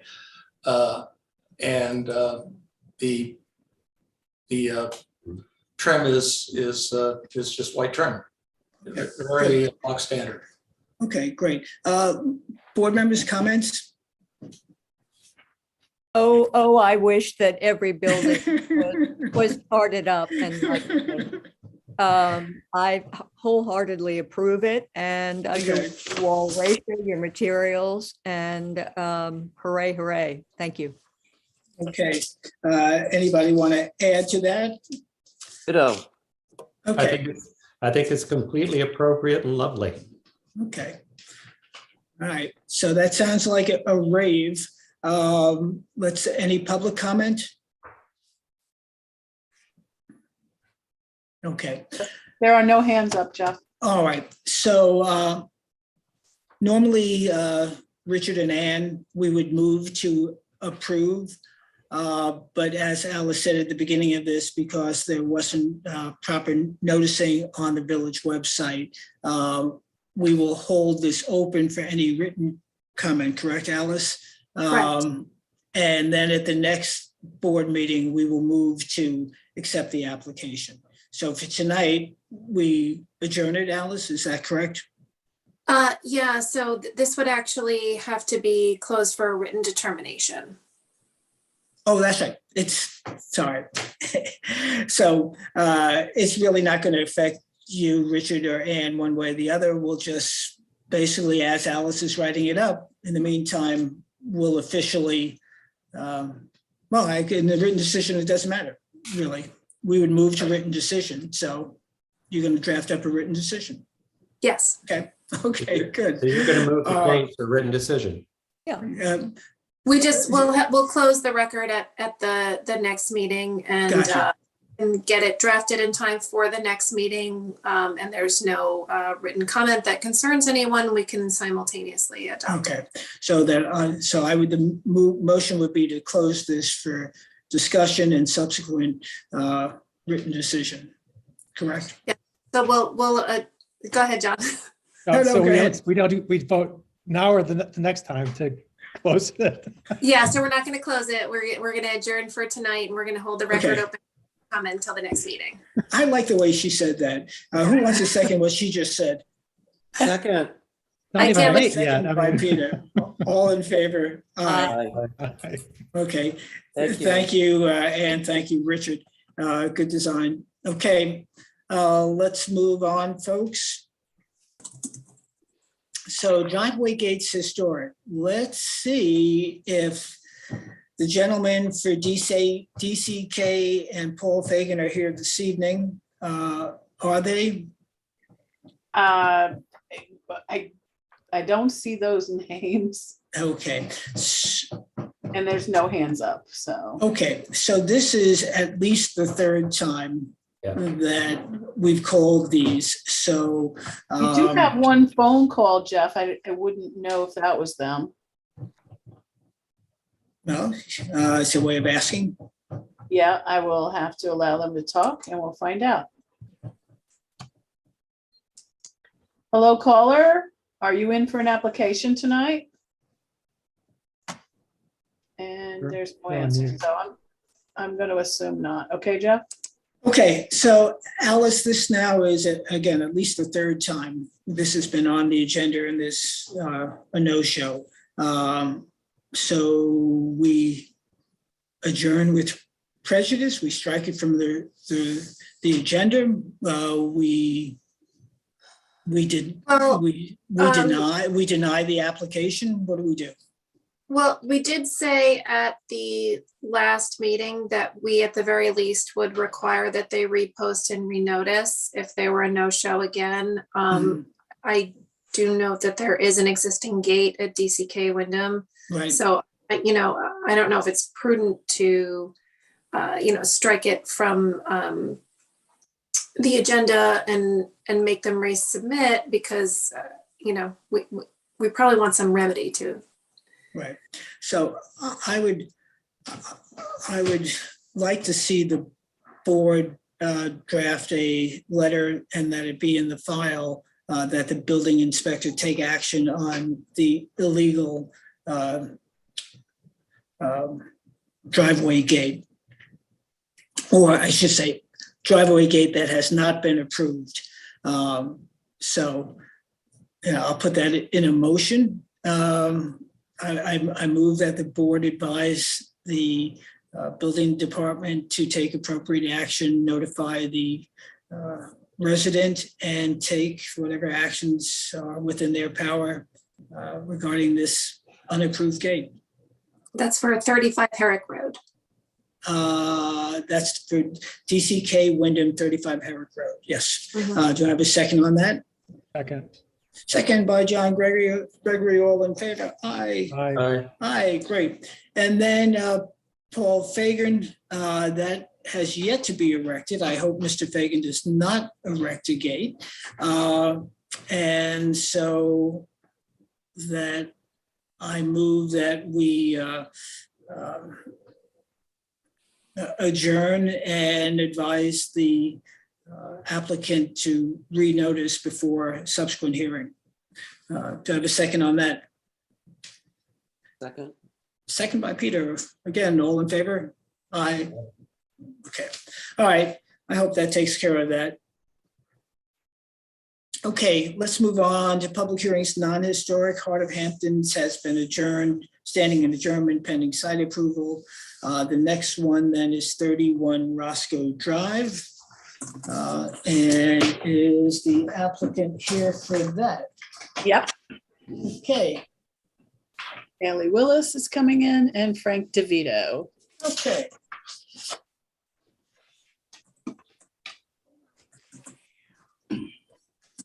Good evening. How are you all? Good. Give Jeff a second to come back, Okay, great, if you thanks. don't Hi, mind. Jeff. No, so Hello, everybody. Haley, good seeing you again. Introduce yourself. Frank, the same thing, but just for the records, folks, just introduce yourselves. I'm Haley Willis of the Adam Miller Group, 2462 Main Street, Bridgehampton. Okay, I'm and Frank Frank, DeVito. Frank DeVito, representing 31 Roscoe, 60 Little Plains, Southampton. okay. So where are we on this, folks, in terms of the design, the materials? The bulk of our comments from a couple weeks ago were dealing with the vertical siding on the house. And it was revealed during that discussion that a major objection to that material is the stark contrast between the white of the second story and the natural wood siding that we have on the first story. So over the last couple of weeks, there have been samples that Frank dropped off at the building department for you all to review and see in person some different options for staining and treatment of that first story vertical siding, which was the recommendation at the last meeting. So if I have some photos, it's not as good as the real thing, but I have photos of the samples that I could share on the screen, and Frank can run through what each of the materials. Right. That would be great, Also, Haley. I don't want it to be lost that it wasn't, there was more than that. The windows were and remain an issue.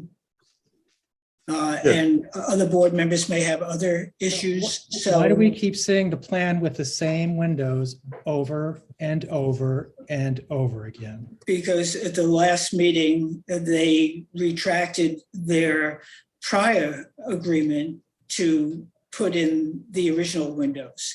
So you leave us the option, therefore, just to vote on that which you presented. So why they want to do it, John, that's their decision. It's our vote. So We're trying to we'll- tackle the remaining, open issues point by point, a little bit systematically. So Okay. it's been a couple Okay. weeks. We're going to try to decide. We know what windows, the windows are either what we proposed or what was originally approved. So to that extent, we know what our options are for the windows. We know what we're dealing with The the idea is to options. continue to drag this out week after week, meeting after meeting. No, that's not our intention. This is a Okay. waste of our All right. time at this at one. Well, But it's, we're not looking for this. Had we John. needed to revise the plans, we would have been Okay. coming back 2 weeks from now. In the meantime, we dropped off the samples of the building Right, department okay. to review. We'd like Okay. to talk about those. at the end of the day, John, and other board members, again, as I said the last time, the time that's being taken by this is all the doing of the applicant. The applicant cannot and will not get a C of O to transact this building unless they have an approval, and they don't have that now. So how they want to use their time, I'll leave it up to them. We'll try to be as expeditious as possible. Let's just let them present and go move on. Okay. Thank you. Is it okay if I share my screen? I'll Yeah. show these images. And I hope everyone did have the chance to see these, because I don't know if the pictures are really that, if they show everything that we really want to see. Okay, so this was the first sample. Frank, do you want to explain what this one was? We have two paint samples on this. This is a fully painted. One of them if you're looking at the screen to the left, is a white. The other one is a light gray, a Farrell and Ball historic gray color, just to add maybe a little, not as stark white on that first level. So those were two options to put there. So we can go with the white, which matches the upper shingles, or we could add a little gray to the lower level, tinted out. It's a Farrell and Ball historic gray color, and it could be an option for a paint color on there. Here's another. That is the siding as it stood when we first put it up. So that is when it first went up with just the oil on it. I don't know if Haley got the pictures with the age as it's aging. So Was that the one? So this is the siding as it's aging right now. In just a few months, it was up. So this is as the oil's wearing off and it's lightening up and what it's turning into. So then we came up with two other. Oh, this is the natural sample to compare to the other. Worse. This here, this is a semi-solid stain. So this is a white semi-solid stain. You see the brush strokes, you see the material like kind of bleeding through.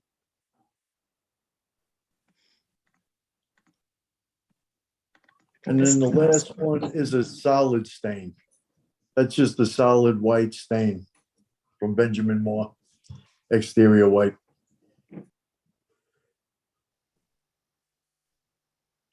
This is what we're looking at right now for the siding. And then the doors, depending on what we decide for the siding, then the doors will either be a painted or stay in natural. Look at that like that. If you have any comments, we would love to hear them. So what are you proposing? Well, we're here. We saw this sort of as an opportunity to collaborate on this option because we don't, the house is the way that Frank would have built it. So to the extent that we want to incorporate your input, any of these options, this is another reason that we didn't come back with a full set of revised plans because we didn't make a choice. We wanted to give you the opportunity to see a few different options. And Jeff, unless I'm mistaken, it's not our role to design their homes for them. It's their, you know, I think we've made our opinions so clear over the last 6 months on this project. So this is a multiple choice now? Yeah, I mean, it's a difficult, if a difficult spot you've put us in, Frank.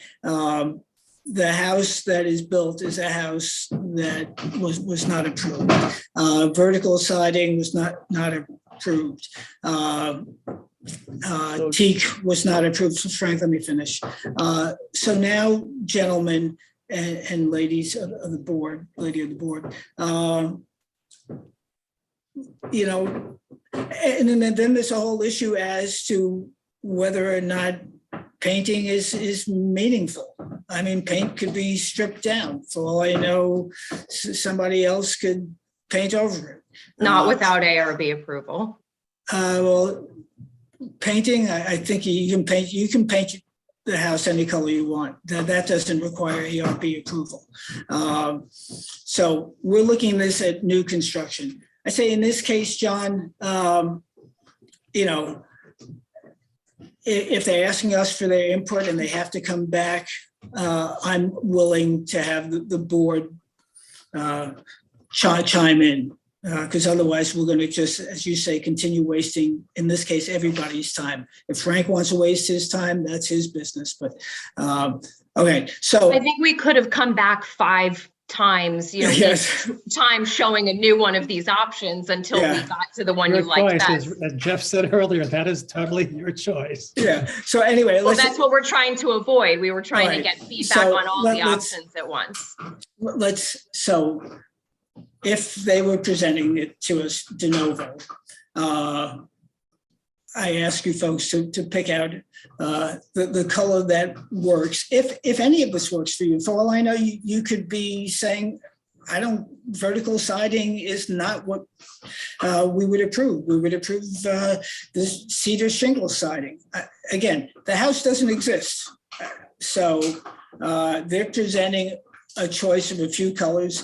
Either pick one, vertical, accept vertical siding or not. So Mark, Sarah, Peter, chime in.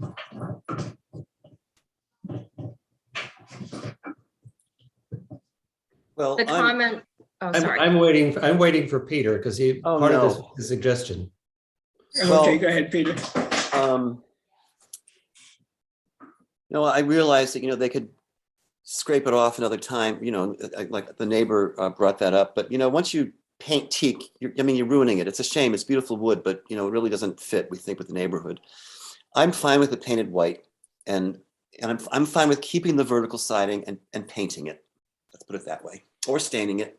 And I like white, but I don't feel like dictating the color. I feel like, I don't know. Somebody's got to else speak up. I'm sort of where I've always been. I think the prairie windows are wrong and need to go back to the original. And I actually think the house should be shingled. I could be persuaded if they were painted white so it disappeared, if the board was a majority on that, but I think the windows are wrong and need to be redone. And I am in agreement with Mark that the windows need to be as originally designed, as well as the cedar siding.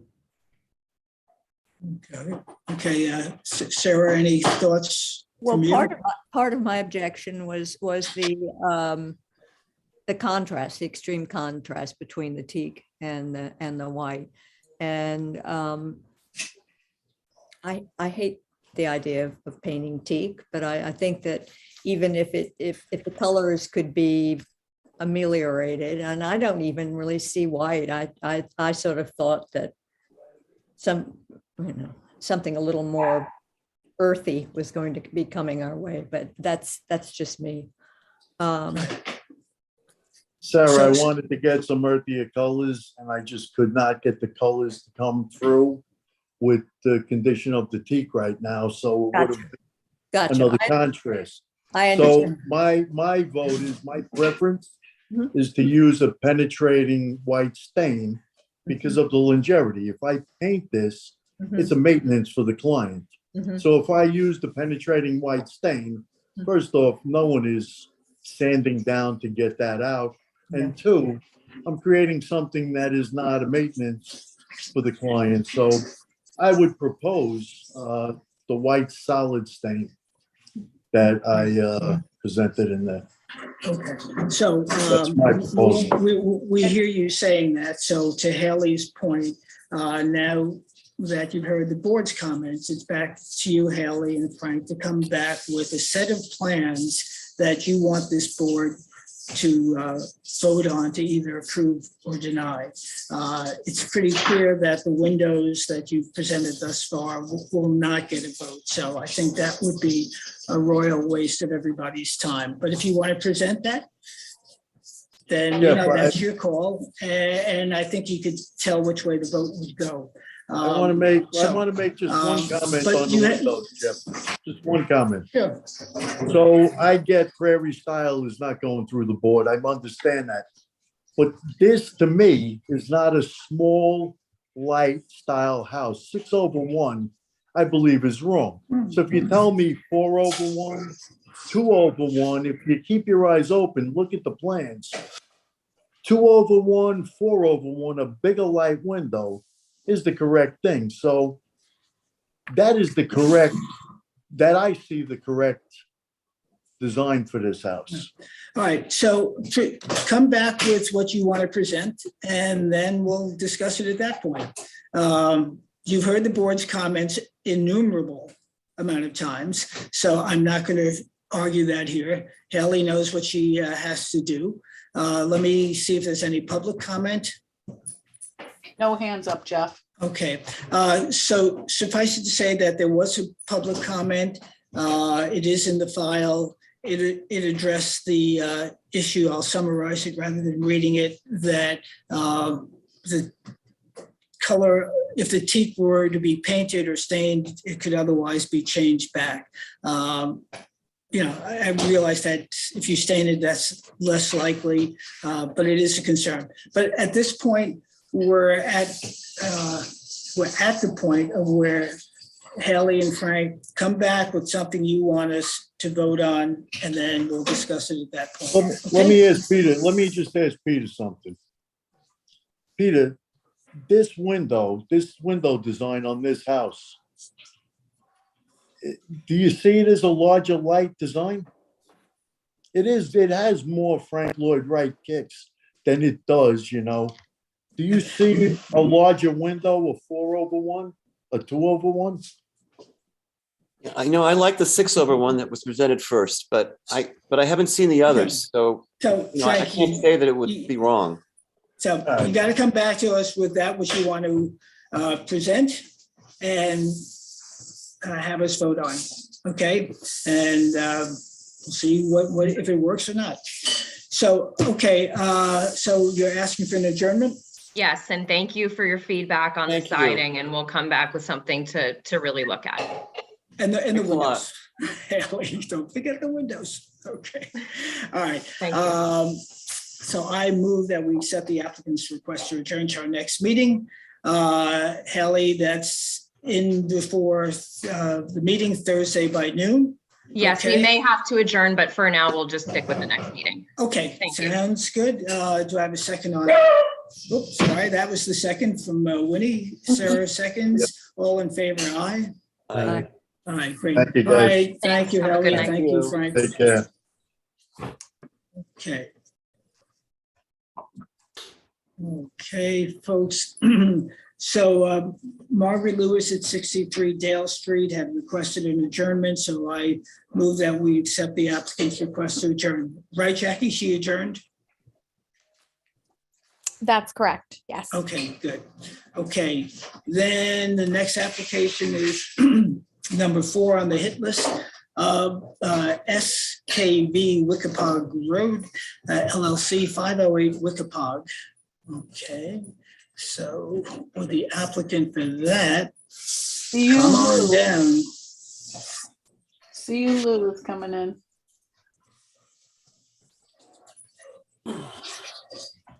I think she shares her screen, right, Jeff? Yes, she does very well, and Peter has screen envy. Okay, I see you. Hi, good evening, board member. This is Hi, Celia. see you. Tell us who you are, even though we know you well. Yes, I'm the architect for 508 Wickapog. I have here my favorite client, and he would like to do a little introduction, and here he is. Good evening, board members. I'd like to address myself, Joe Ruperto. I know some of you guys, most I don't. I am the owner of 508 Wickapog. Tell us who you are. Joe Ruperto. Okay. Owner of 508 Wickapog Road. First, I'd like to thank the board for all their ideas, suggestions, comments, which we tried our best to address, and I believe we finally got it right. It's been a long road. We've made many changes to the original house, which I believe is truly for the best.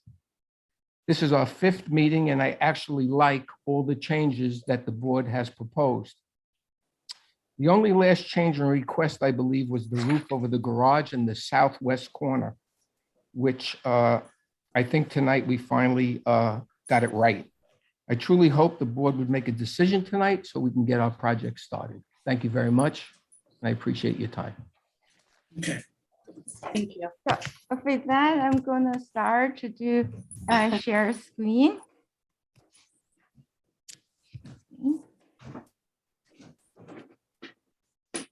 Okay. And here are the roof that was in question is the roof over the garage right here. Does everybody see my screen? Yes. Okay. And it's on this corner and we did a hip roof, and also on the north, southwest corner, and this corner, which you also did a hip roof, and then on the right, we can see the rear elevation here, where the hip roof is in the southwest corner, and then the garage, we also did a hip roof. And then if I would show the rendering, let me see if I can move this around.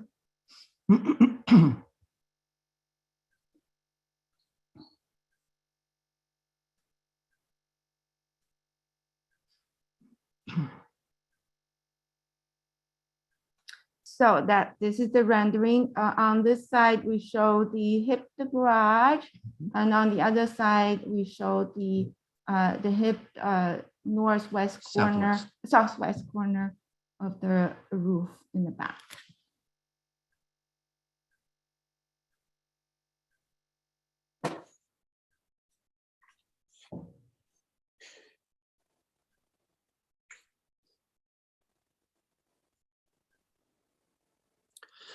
Well, you look at it's still the north. For me, it's the north east corner and the southwest corner that still bother me. If you look at the west elevation, what you have on the north side of the west elevation looks great. And I know it's that jog that we spoke about last time. And I thought Alex had found a reason why you didn't have to do that jog. And I did had a conversation with him. It was mistaken. It cannot be done. All right. Well, the house is maximizing its footprint. I thought there was a way that it could. You can't like push the projecting volume back a foot and the recessed volume forward a foot, or split the difference so it's the same area. Oh yeah, because I need to turn into the garage. That's no, I'm sorry. The other side, the northeast side. I mean, sorry, yes. I'm sorry, the northwest side, northwest. That's what I was speaking of. Understood, because I need to turn into the garage here, so I need to have 35 feet or whatever. That's why I understand. Move, yes. That's why I cannot move the house. I understand. Sorry. Yes. Okay. Well, there's that for me, and then on the northeast, just still find it choppy. I would love to see that hip just return and just be a simple hip skirt around the second floor. Well, the thing is that the roof in the back has a very shallow pitch because it's a shallow pitch right here. You can see that. Yeah. If I follow that pitch, this looks very flat. It doesn't look good. We did try. I can show it to you. Sure. Yeah. So you can see if I really turn it around to match the other roof, it really doesn't look good. That's why it's I did the return, but it doesn't really match exactly the other pitch. All right. Well, let's hear what other people say. Oh well. What I would like to say, really, the house is 80 feet setback from the street, and then I hate to say the house is not perfect, but like what the garage is gonna probably be hidden from view from the street, and so is the southwest corner. I really tried my best, and I couldn't really think of another thing out of my head, and if I don't redo the whole thing. So I'm really kind of right this moment pleading now is really, I ran out of tricks. Peter, can you just clarify for my benefit? Were you talking about the, let's see, the northeast second floor roof line? No, the first floor, sorry. First floor. The roof over the garage. Yeah. Right here. Yeah, right there. Looks choppy. But yeah, I totally understand that we're not perfect here, but I'm trying to say, I couldn't think of other way. And plus we are like really 80 feet away from the street. And this is one story, and it's far at the corner, and please let me go. In all fairness, CU, this was farmland. You can see from Wickapog practically to the ocean. So you can surely see 80 feet. I don't mean to, so it is visible from the street. And I think Peter's concern is a legitimate concern. And I think when you add that to the second floor bump out, and I don't know if anybody has any concerns about the second floor bump out, but when you sort of put it all together, I can't describe it as well as Peter can, but yeah, choppy is probably an apropos word. Anyway, but as Peter was saying, other board members, please comment. Even the side opposite the garage, like I guess that's the northwest side. That drop of the roof line just seems so odd to me. It's like a bird with a broken wing. It doesn't look balanced for some reason. And that's not an architectural term, obviously. But I just think it looks awkward. I agree with John. That falling roof line, and what you have on page A5 is your proposed front elevation on the right-hand side, which is the west side facing the front. Just looks like a mistake. I'm sure it relates we're to we're so close. We've come side. so far. We've come so far. It's just but these two little things to keep it from being a great house. Yeah, and you know I wonder, and as Joe said, Jeff, can I say something? Yeah, Can I well, say actually, let me get my thought out, Joe, because it does pertain to you. I know Joe has come before this board. He's developed some very nice houses. So there's no question about his ability to put together a nice house. I also know that Joe likes to build as much house as he can, and he's perfectly entitled to do that. So I'm not arguing about that. But I think in this particular case, trying to maximize the square footage, and whether that's your intent or not, I don't know. But I just feel, I think what you're hearing from the board, at least, is by trying to maximize the square footage, that you're adding things to it or making accommodations. Even your architect is saying it's not perfect, which is, you don't like to hear an architect say that. I'm not taking you to task, CU, but maybe you're trying to accomplish too much. Well, with this house. Can I say something? Sure. Okay. Yeah. Okay, guys. So we've done every request that you guys have asked. We minimized the glass. We've changed, 8 or 9 things from the original house that we really wanted to do. And I mean, the only option that we have here, it's not a big house. It really isn't. I believe it's 5,600 feet, first and second floor. It's on an acre. I do have setbacks, as you know, Jeff and Peter. I'm not a roof expert. I built only 35, 40 houses, but I know that we can only do so much. And every time we come back in front of you guys, you keep pushing us. I don't know what else to do. I mean, you've changed my whole house around, which I'm okay with. But, it was just the roof. We did the roof. You wanted a hip. Peter, I respect you. I know you're a great, great architect. And I know you know what you're talking about. But remember, this is behind 15-foot hedges on an acre, farm fields behind us. The garage roof, you really won't see, Jeff. You won't see it. The southwest roof is in the back of the house. I mean, are you really going to make me design another house? Because you guys are really, I don't know what to do. I changed the landscape. I changed the driveway. I changed the windows. I'm changing the roof. I'm taking out staircases. You redesigned my whole house. Well, I really understand where you're coming from, Joe. And I don't think I think it's just we have 2 corners. I think the rest of the house is fine. Okay, tell me what to do, Peter. You have to tell me what to do. Well, I did last time, and we tried. Again, being so prescriptive is discouraged. But I'm going to say it anyway.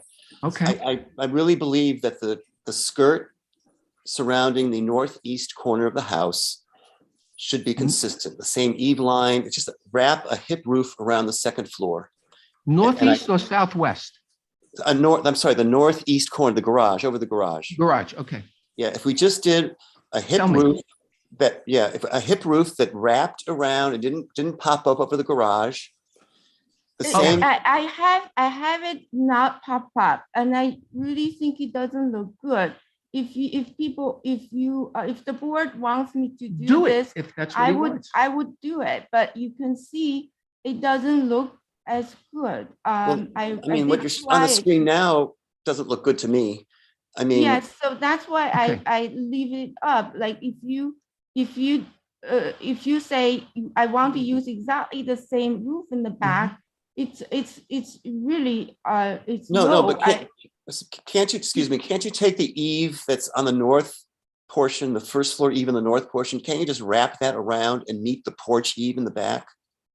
Well, the thing is that at the very beginning, we were told to lower eave line. So I lowered the eave line. So the eave line over the garage here is lower than the house. No, so it's perfect. If you could just connect. This is a lower eave line. Yes, if you could just connect that eave line to the eave line of the porch at the southeast corner. Okay. Just connect those eave lines and then put a hip roof on top. I think you'd have it. Can the porch and the garage eave line, the rear porch and the garage eave line at the front be the same so they can join? So then this eave line in the front of the house would not be low. It will be actually matching. But it's still, it's not too, I don't think that's too high. I mean, I think that's a dimensional difference. I think that's okay. I really think it's important that the eave lines meet and make a consistent skirt. That's what I think. Okay. And I don't mind that eave line gets a foot higher in the front. I mean, it will still distinguish itself from the second floor eave line. It's still in relationship is lower. Okay. Well, let's not design that here. I know. I'm sorry. No. Actually, your suggestions are fine. I'm just saying, CU, don't design it on the line screen. Cannot be exactly at the same height as the porch in the back because it is stepped back, so it'll be higher. No, just go straight across. Straight across. And if you have to do an overhang over the garage, do an overhang. Right. It seems to me that a very simple solution is at hand.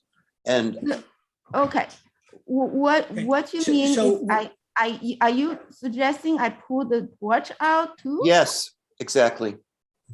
Yes. And make the eaves the same height. I don't care if it's a foot lower, because it will have the effect. I mean, let's not actually. Gotta be fine. I see where Peter's going, and I can see the validity in what he's saying. I really think that's like a 4 foot of overhang on the garage, though. Okay, let's not actually do the design work here. So you've got a general direction on that. Are there any other directions or concerns, board members? Well, I just wanted to address the southwest corner again. Okay, go. The southwest. Yeah. Okay. Can we switch it so we see it from the north? I'm sorry. See you. Yeah. This is very, as Jeff said, I have screen envy very much that you can do this. But yeah, could you just turn around towards the north so we can see a bit of the north elevation? The north facing the street. Oh, I'm sorry. I got it wrong. I got it like a west. Yeah. Yeah, okay, so this elevation, perfect.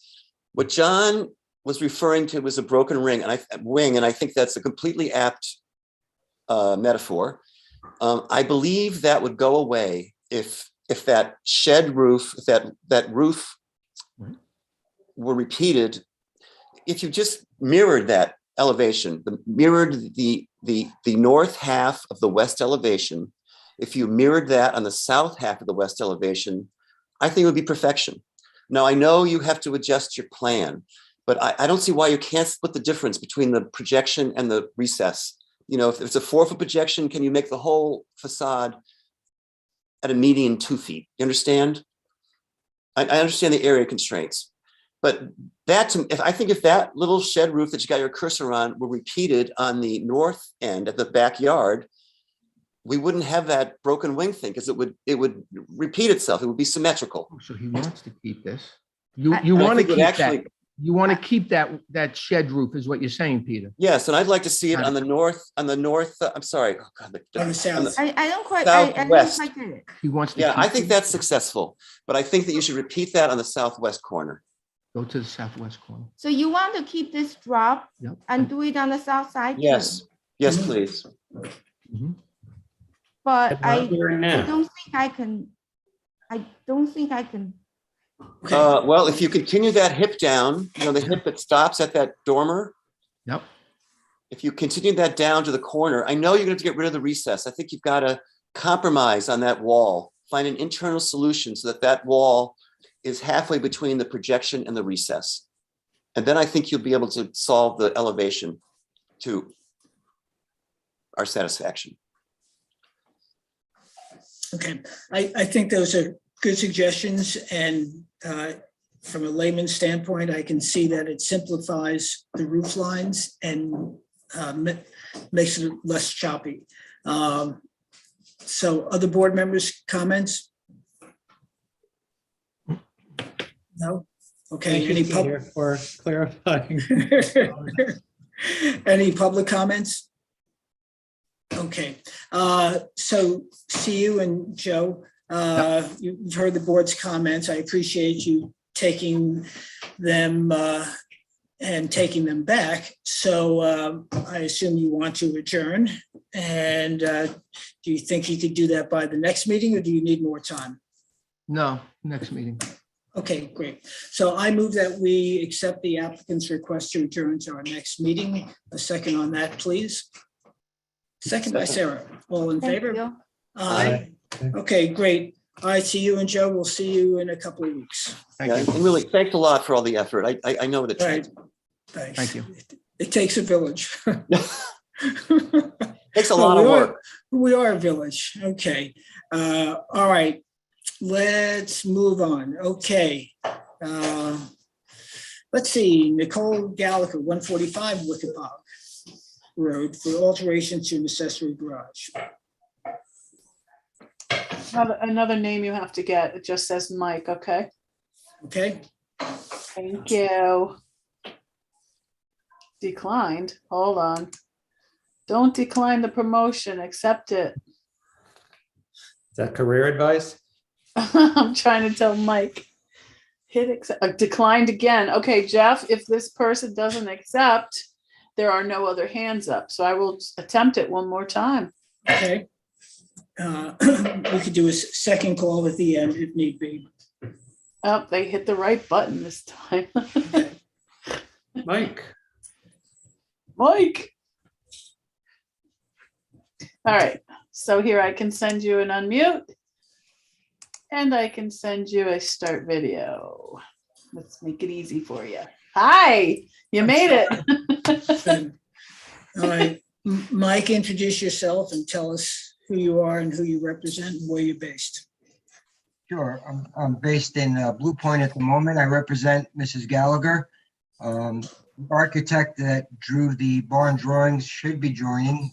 Okay, and Mike, I know we have your screen name. It's Mike. Mike, what's your last name? I'm sorry, Mike Mandracina. Okay, Jackie, did you get that? I have his info. Yes, thank you. Okay, good. Okay, Mike, have you had a chance to read the historic consultant's report? I did, and I want to commend and congratulate Sarah for doing that research that I could never ever do in my lifetime. Oh, that was actually, Sarah did work on it, and the report was written by Sally. They both do excellent work, but the report was Sally's. Very interesting, very educational, and I was glad to see photos, because when we acquired the property, the barn was not in the condition even of the pictures in the 90s. So it does show us where to go. My architect viewed the document, and I believe we can, at the next hearing, come back with drawings reflecting those photos that you found, Sarah and Sally. Yeah, well, that would be great, Mike. I don't think, Sarah, from your standpoint, is there anything else to discuss tonight? No, I think that Sally is so exacting with the fenestration patterns and the materials that it should, her suggestion should be pretty easy to follow. And I appreciate your understanding how, you know. Oh, sure, you have to preserve it, I get it. That picture right there, I just hope I could find these exact windows. Well, two of the windows were actually on site. So those would be pretty easy to replicate, but I think that your architect should be able to do what she suggested. It's just a shame that work happened. Yeah, in reference to that, Sarah, I want to remind the board that there was a gentleman on the board 2 years ago that said, do not let that barn fall down. And we were so frightened of it falling down because it was actually so rotten. And the timber, we loved the original timber, but so much of it was eaten by, termites, that if you look at that, I don't know if you could zoom in on that top picture, the left front corner on the bottom.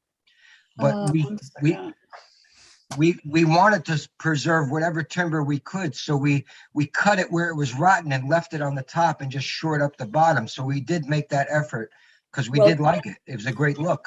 Well, Sally has also said that we are rapidly losing our historic outbuildings, and that the idea is to the term is sister rather than remove. So I hope that the plan we get reflects everything she suggested. So thank you. Okay, good.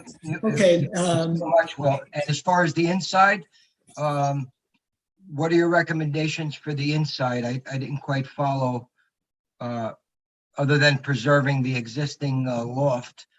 Well, I think she's been pretty exact about that too. And she also showed a photograph of how wonderful it is when historic elements are retained both from an interior and an exterior standpoint. Yeah, I saw that. I would love if it looked like that in the end. Yeah. No, that was a really nice report. Excellent. And that's exactly. Okay, any public comment? No, Jeff.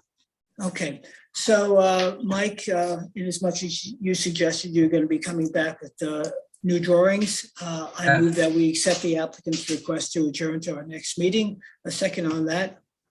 Second. Second by Sarah. All in favor? Aye. Okay, great. All right, Mike, we'll see you in a couple of weeks. Thank you very much, everyone. Thank you. Okay, next application. Jeff, I have a quick question. Yes. Who is this Tom Vulpes on the screen here? I'm the architect for Mike. Okay, you all okay. done? Yeah, You're all yeah. done? Okay. Yeah, have a great night. Thanks. Thank you. Okay. Thank you for that. Number 6, Anthony and Elizabeth Snorre at 117 Wickapod. Okay, Giuseppe is coming in.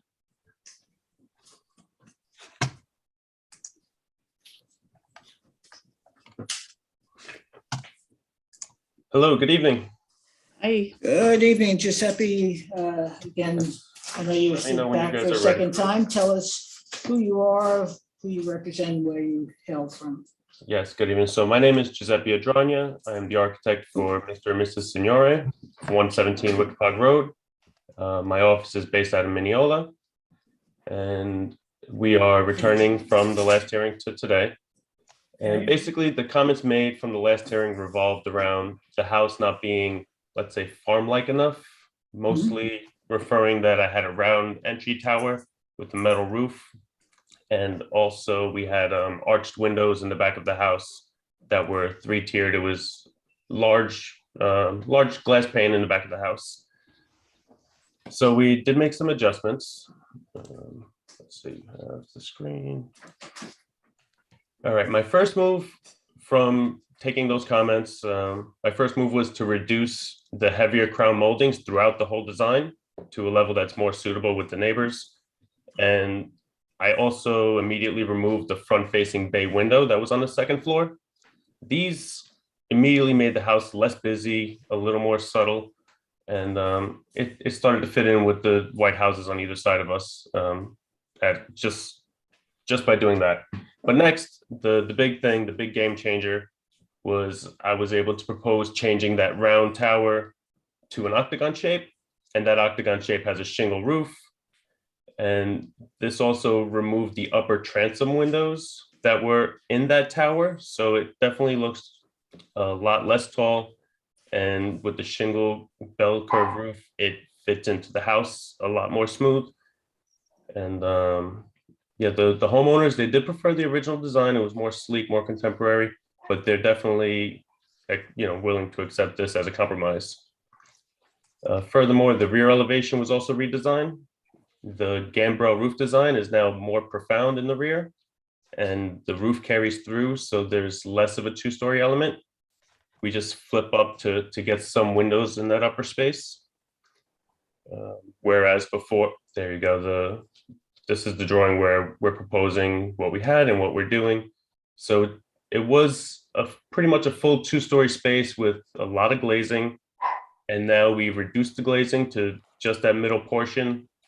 And it's pretty much 1.5 stories, or mostly 1 story with just those flipped up windows, because we're keeping that gambrel design.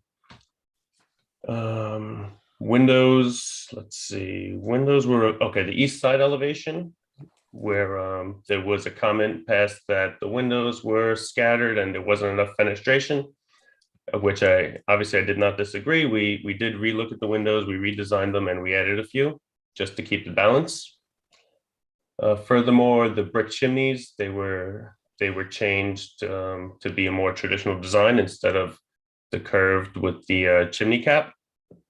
And the last thing we did adjust was the gravel driveway. We did reduce it by over 500 square feet. There was a comment made that there was a little too much driveway, or there was a lot of driveway, let's say. And we were able to really reduce it down to 30 feet instead of 40 feet, what we originally had. It is still going to be a gravel that is pervious, I'm not seeing but it. we're going to keep more grass on the property. Yeah, so that's how we went through the comments and the hearing from last weekend, last hearing. Open to getting some feedback. Oh, I think it's a dramatic. I think I did not mention. Let me turn it over to the board members. I was just saying, I think it's a dramatic improvement, especially the rear of the rear elevation without that huge arched window. It makes such an incredible difference. They love the curved, as they did love the curve in the front. But the comment passed that we're farmland and we want to keep it more shingle style. I think we definitely went in that direction, and in my opinion, this is the way I was able to compromise with the homeowners and hit that nail on the head. Yeah, even the changes of materials on the tower section, I think, makes a world of difference as well. Mm-hmm. I didn't mention, but on the front elevation, there was that pediment that was on the 45-degree angle, that triangular pediment. That's removed, and I think all that drama and busyness to the entry of the building was reduced entirely, and pretty much all that stuff was removed to make it a nice classical shingle house. Big improvement, I agree. Thank you. I still find the multiple eave lines, the second floor, choppy. And if you, see the top of that lower gambrel, that, you have an eave, right there. Mm-hmm. If that eave line, no, not that one, the one, the gambrel above the double window. No, the flat eave line, the flat. I am like not a that. builder. If you continued that all the way around the tower and into the wing to the south, you would have, I think, a coherent house. It would all blend together. And you've gone a good way getting rid of the ups and downs. These, the bays and the roof projections into the roof and such. I think that would just make it classic. And if you could just look at regularizing that second floor eave, so it continued if not around the whole house, just, you know, more, instead of going down and then going up and then going up again at the tower. You see what I mean? When you go to the left of your drawing? Pretty much the only difference I was looking at was the tower. I just needed that to stick up like Yes, and you know, few and I inches. agree you should do that, but I think you should. I make definitely a hear what you're difference. saying, and I'm going to further say that cornice, that eave line that you did mention from the top of the gambrel, Yeah. that crown molding piece, I think I could definitely, when you turn to the side, the east elevation, I could have that line up and blend in with the crown molding that goes underneath the. Yeah, I mean, maybe just raise the crown, I mean, the eave above that double window and the projecting gambrel, maybe just raise that up to the tower eave. You know, that's an option. But I think if it were consistent across, it would be much more attractive. I think that's simple. the only condition that you're calling out as inconsistent. Is that accurate? Yeah, and it would be consistent with, you know, the farmhouses are simple, you know, they don't have eaves go up and down. They were built by relatively unprosperous people, right? They needed shelter. They didn't fuss like we're fussing today. Yeah. So I think that would be more in keeping with, you know, Wickapog. And my other objection is the columns. If they could just be not sort of classical Tuscan, but just posts, just farmhouse posts. But I would like to hear what other people say too. Yeah, I would think that they could be chamfered posts for that matter. I mean, just simple squared and then chamfered at the cut at the corners. And I wonder if you need. I guess I'm looking at the fact that if there is an angle and there's an octagonal shape to that porch. Right, and then that's why you've got so many columns. But I think there's a dimension to it. If you simplified the bases and the capitals and chamfered the square corners, I think that that would look a little more agrarian as well. Okay. The columns were changed to a round column since we're doing an octagonal porch to get all of. I think the square column was clashing with each bend in the porch. So that we moved to round, it seems to be more of a smooth transition. But it's not something that you would have found on a farmhouse. So, you know, I would definitely explore looking at the chamfered square. If that's the overwhelming opinion by the board, I would definitely go with that. And I understand let's reduce all the Tuscan capital and Tuscan base. Right. To something a little more simple farm style, of course. You don't need Greek orders on a farmhouse, so that would be great. Sarah, you are more schooled on this than I am. There's been a lot of discussion about making it more agrarian and more farm-like, as some of the other houses are. Is the tower anachronous to that? I mean, I think of octagonal turrets and towers as being more octagonal houses were popular in the mid-19th century and a bit later. So, and then you see them sometimes in Victorian houses, but I'm not, does it work in an agriculture? Agrarian style house? Not really. It's he softened it, but I'm with you. I mean, if it were the form of a silo or the equivalent, that might be a little more palatable. Yeah, and I think you're right too, Jeff. It is anomalous, and I guess it's so much better. I mean, in my view, from the one before it, where I'm grateful for that. But how about maybe if it didn't have the OG roof? You know, maybe if it were just a simple pitched roof, you know. That's just a half round. That's just a plain fascia board with a half round gutter on it. So there's not going to be an OG shape on the. No, I meant the roof, the shape of the roof. The roof. Oh, you're saying the curve, the bell curve to it? Yeah, the bell curve. I would. I'm not sure that would solve it either, but just a suggestion. It would simplify it certainly. All right. You know, we did start. Once I presented a project, we said it was a farmland, and all the houses on Wickapog are farmhouses, which is a comment. We weren't directed to build a farmhouse, we did want a white shingle style house. Yeah. So, and the tower was the first thing the client showed me. This is what we love. We love a tower, an entry piece. And, you know, we started with that sleek direction they wanted.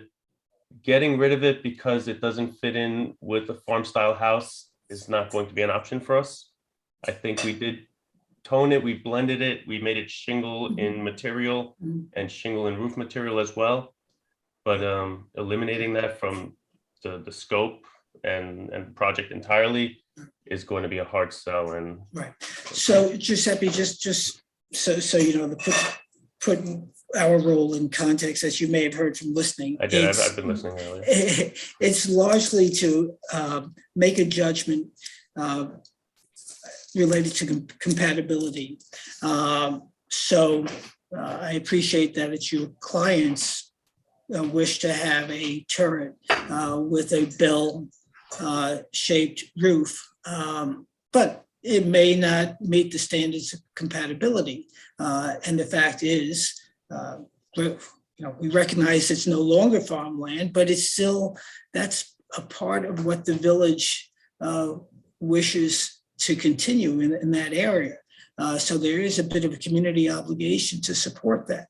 So the suggestions that are being made, what you hear the board saying is you've done a good job of toning it down, but maybe it's out of place in that environment. So if you want to you take the board's comments as you wish. I would like to see, and maybe the board members may or may not agree, but do a rendering of the house as it's going to be presented, and then show us, do a streetscape of 3 houses to the west and 3 houses to the east. And then we can see how it does fit in and do it all in perspective. And then we can go from there. Good idea. All right, so in scale, the properties to the east and to the west. All right, I mean, when you're in the street to the east, you're going to see, yes, you'll see the 3 houses. To the west, it's going to be difficult. I'll get all that in, you know, from a human's eye perspective and place my house in there. Well, I think the elevation could be, you know, an elevation in 2D, but a couple of 3D views of the house would be useful. Yeah, I had them last time, but I wasn't able to update them in time with the new revisions. Yeah.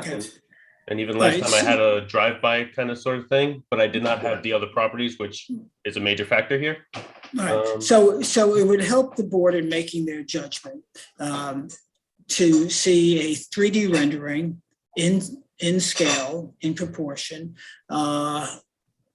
properly colored.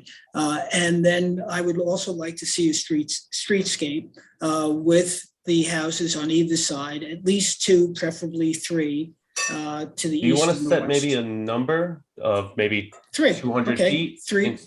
200 feet, I'm saying? No.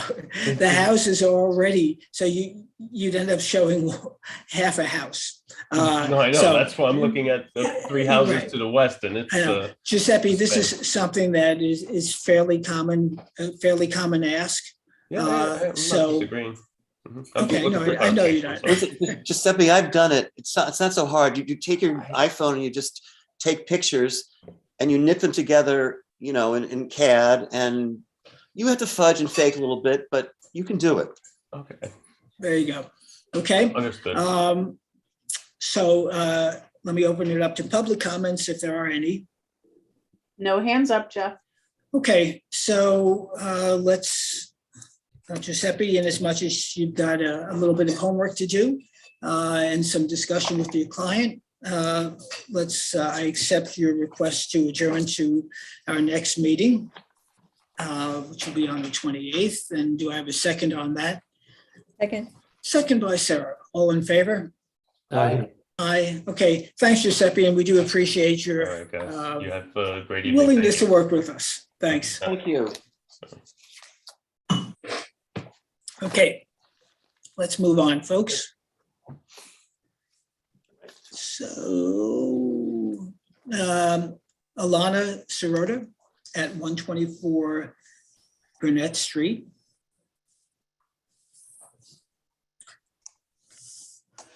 In comes Eric Peterson.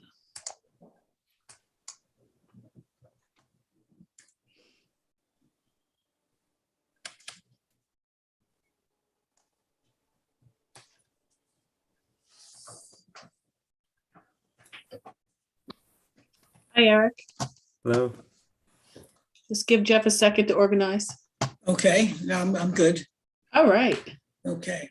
Hello. So yeah, my name is Eric Peterson. I'm the architect representing the applicant for 124 Burnett Street. And I am coming back tonight. I was hoping if it's possible to share the screen. Yes. Yep. Any plans you put up, you have to have submitted to the building department already? Yes. Okay, good enough. So as a refresher, this is the existing front of the house as it is today. And the pool house, which is to remain. And this is the proposed front perspective from the street, showing the balcony removed. And in its place, the patio door that we had leading out to the balcony is just in the hallway now. So that's just 2 casement windows with a flat roof over the entry that we had, similar to last time. The floor plan of that, you can see, doesn't really impact. It was just really the removal of the balcony. And as we move to the back of the house, just in speaking with the client, who it's her intent when the house is renovated and rebuilt, to use it not as a rental, and felt strongly if there was any opportunity to keep some of a roof deck. This was reduced from the 300 square foot plus party deck down to just something over 100 square feet off of the master suite, where we have a existing roof deck to the west and to the south. And I understand it's not customary for the board for this lot size to grant roof decks, but the thought was that we would still reduce roof deck, and we'd be open to hear comments, for that reduction if that was acceptable or not.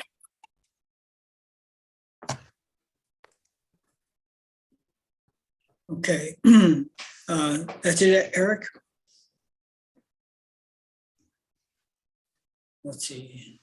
Can you folks hear me? Yeah, I think he's okay. frozen. Oh, okay. I'm sorry, can you hear me? Or? I wasn't sure. Sure. All right, board members, do you have comments? Eric, are you back? He keeps freezing. He's got a little computer issue. Oh, hello, Eric.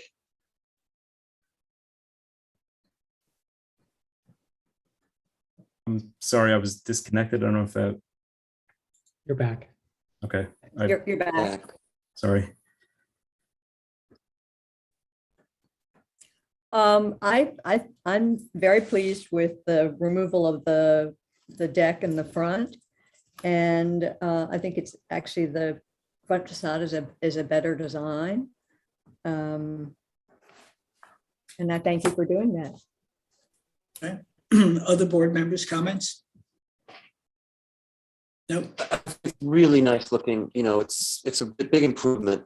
And I just want to point something out, we always, we lay down, dictums, say like, I've been a big proponent of solid front doors, okay? In this instance, just to show you that rules are meant to be broken, in this instance, because it's fashioned like an enclosed vestibule, the glass door is perfect.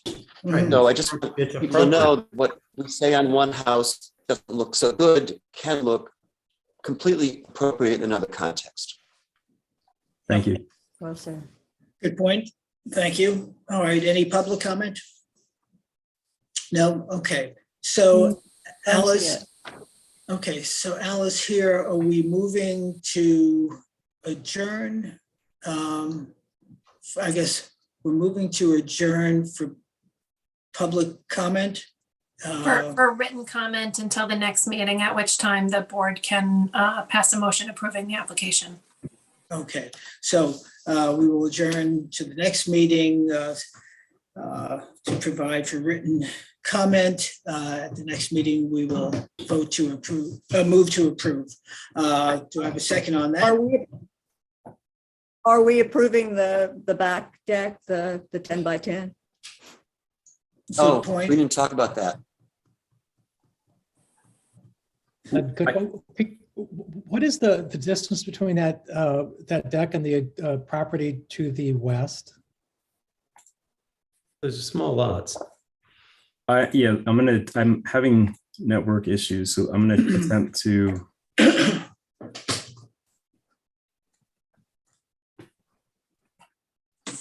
I also got kicked out of the meeting, so it's not just you.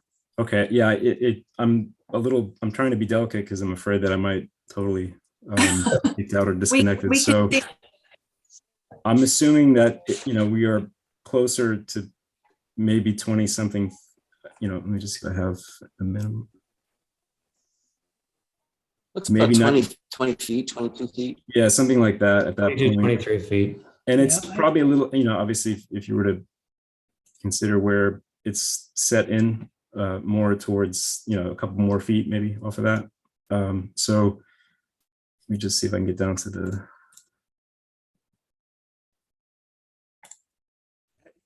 I do appreciate you've reduced the size dramatically. And on a house with bigger side yards, it might be totally acceptable. I just question that given the close proximity of these lots. I don't know if anyone else feels the same way, but I know the owner wants it. I think you're right, I totally John. appreciate that. No, John, I think you're right. I mean, these are tiny lots, and yeah.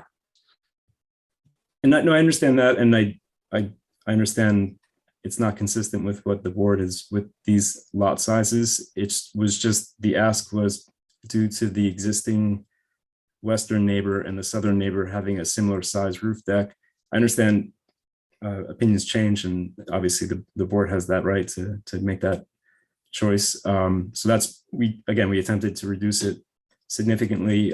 They'd even be open to reducing it further if there could be any mention of a roof deck. But that was something that she was very clear that it would not be used as a rental. It would be their home. It's going to be rebuilt, and it was something that they were obviously looking to have Maybe as a that feature. would make the difference. I mean, the width isn't so much an issue from my perspective, the 10 feet. Maybe if it were cut back like this, well, big enough to have like maybe 2 chairs or something. I don't know. Does anyone else feel the same way? Like 10 by 6, is that? I feel like if they could lose a third of the depth, I'd be happy. Is it possible to put like a conditional depth on it? I have, of course, rendered a no deck option, right? It doesn't effectively change the appearance other than, we can just push it back to,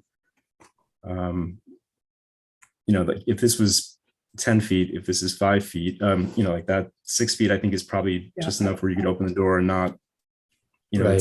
it's just, again, it's not going to change the appearance of the house. I will just stretch it back. Is it possible to have a conditional decision tonight? Or I understand it's for next hearing, but just to avoid having to Really an submit. attractive design. I think it's really nice. It is. It's so good looking. You're good.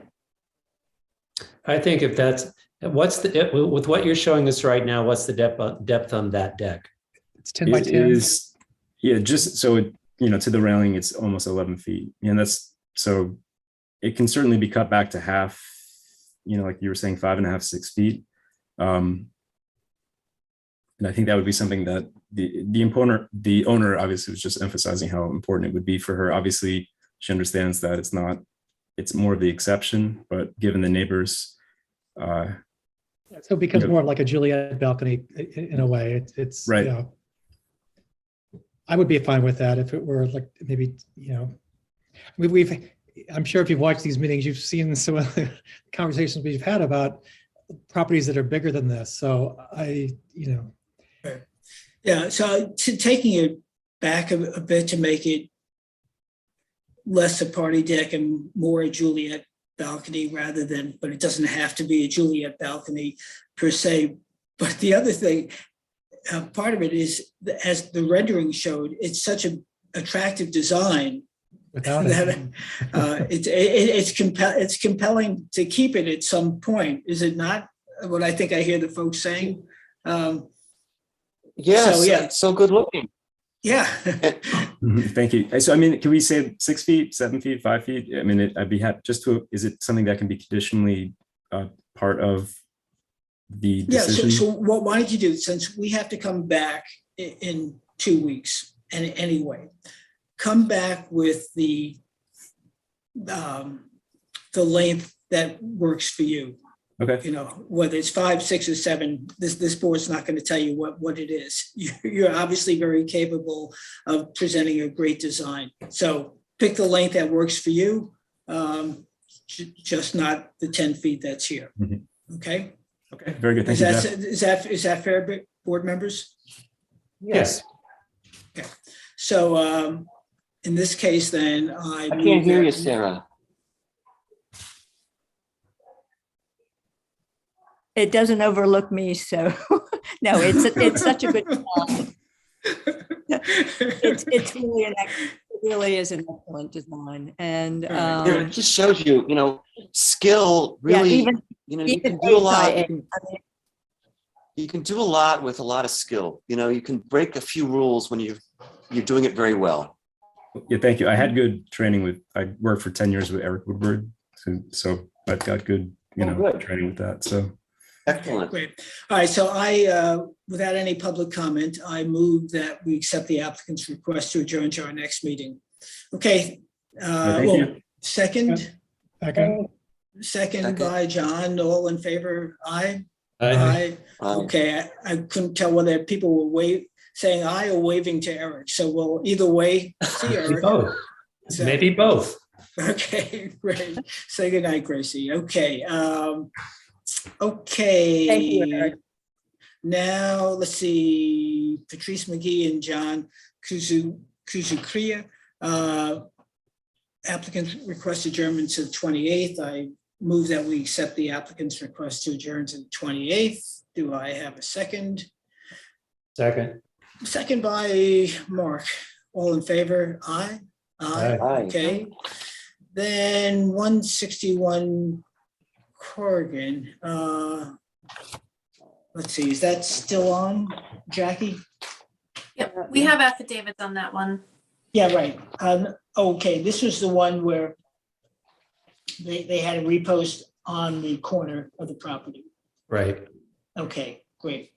Okay, so is the applicant here? There are no hands up for this, Jeff. No? Oh, really? Does Oh, okay. Jackie, do you know the name of the people so I can pull them out? Yeah, there Brian should be a Glasser? Brian Glasser and Kevin Yes. Wells present. I have him. Yep, I found him. Okay, okay, good. Yeah, because the last session we used is sort of a work session, right? Yes. Yes. Okay, good. Okay, okay.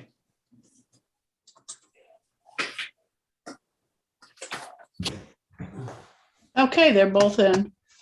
Okay, gentlemen, tell us who you are and, okay. Hello, my name is Brian Glasser. Working for Brian Glasser Architect, and I'm representing 161 Corrigan LLC. The last meeting we had a work session, so I'm just going to kind of go through the formal presentation of this, even though we already had some of your comments and feedback. So basically, the site that you're currently looking at is on the corner of Corrigan Street and Bernadine Street.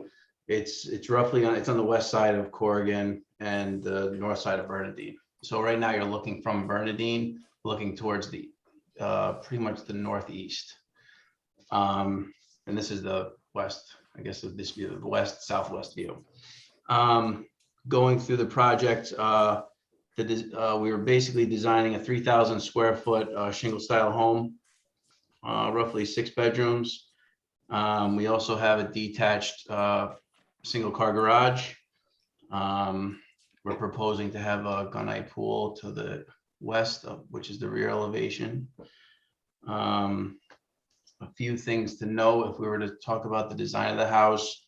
We're going with a eastern white cedar shingle on the roof, perfection shingle with a 5-inch exposure. On the siding, we're going to be doing an eastern white cedar with a 5.5-inch exposure.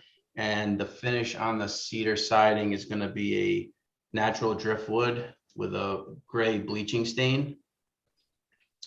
Going to the windows, we're going with, right now we have it called out as a Marvin, it's going to be a Marvin Ultimate, aluminum clad with a wood interior.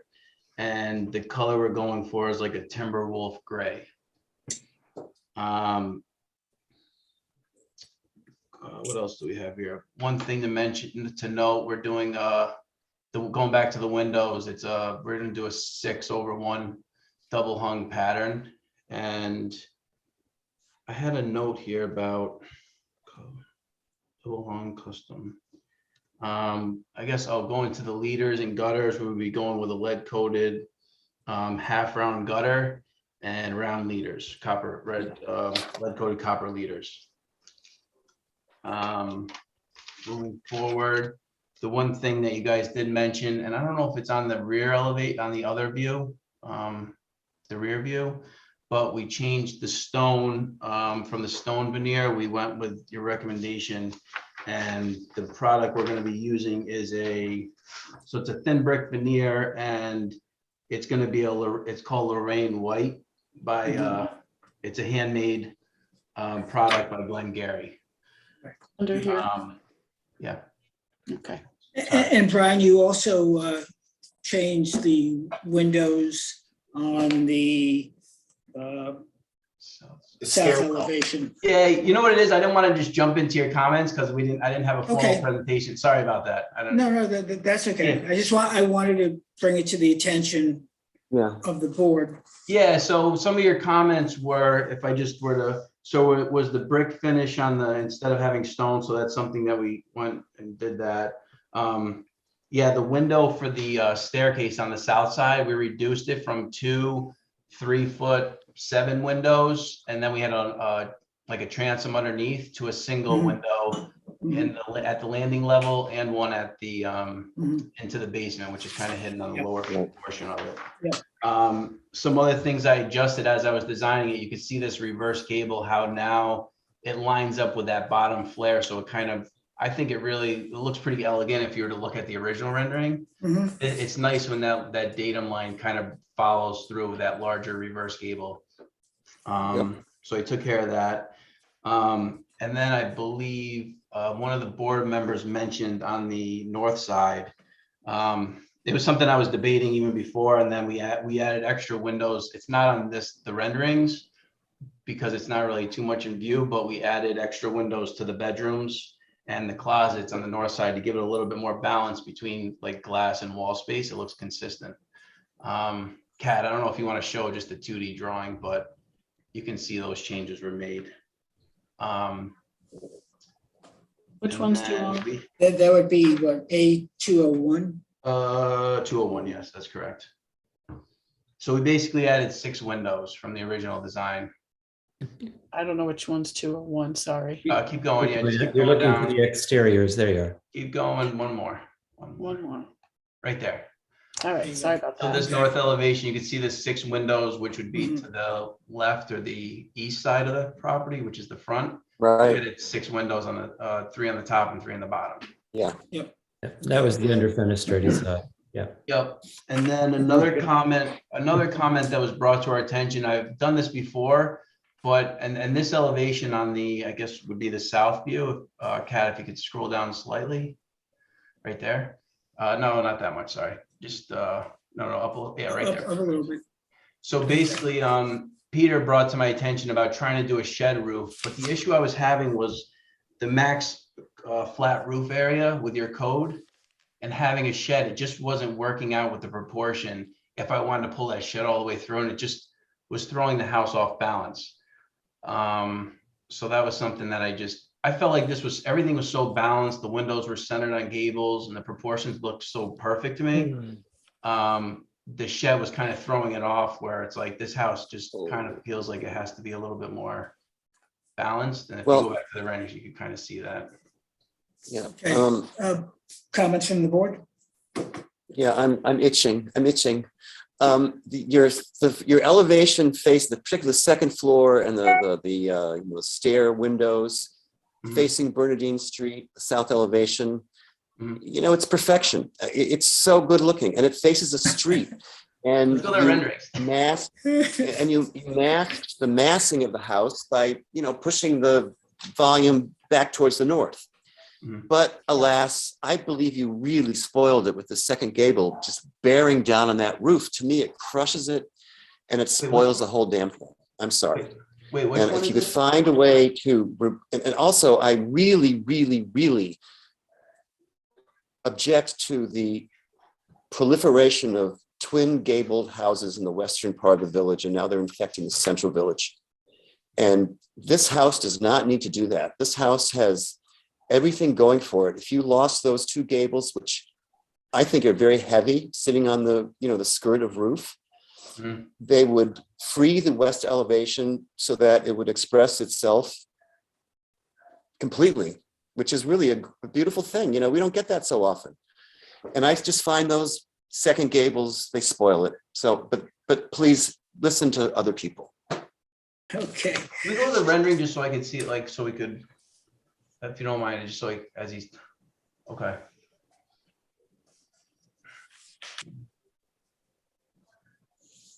I think the west elevation is so attractive, and that thing plunked on top, it's like it smothers it. There's no room for it to be seen with that huge roof, the gable and everything.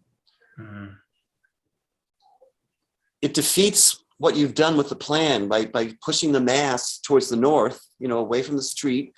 I think it defeats the other moves you've made. And Peter, that was the idea for the shed dormer. That's where that came from. Yes. Correct? Yes. But Brian, you attempted the shed dormer and it didn't work. I mean, No, the thing is with the shed dormer, it has to do with the code requires a certain amount of pitch in the center. Well, 7 to 12, right? Or 5 to 12? Yeah. So if you well, look at it, it's 5% max too of your roof area. You only No, have I know, but I don't count as a flat roof. I mean, the one facing Corrigan Street, that's steep. That's not a 7 and 12. I mean, that's steeper than 7 and 12, right? That little infill piece, that's got a substantial pitch to it. The one in the center above the foyer? Yeah. That's got a substantial pitch. I don't know why you can't just continue that over to the south. So that pitch is a 7 on 12. That's the shallowest I can go. The thing is, if I pull that across, see how that's stepped back? Then what happens is this dormer coming forward, this is where the stairwell is. So then that roof line would have to come down, and it would look it would kind of be squatty, look like it cuts off, because just imagine I got to continue that pitched roof coming all the way through. So where like those windows in the front line up, it wouldn't. Well, can you pull the stair hall wall forward so it lines up? So it's one plane, the bedroom or the stair hall window and the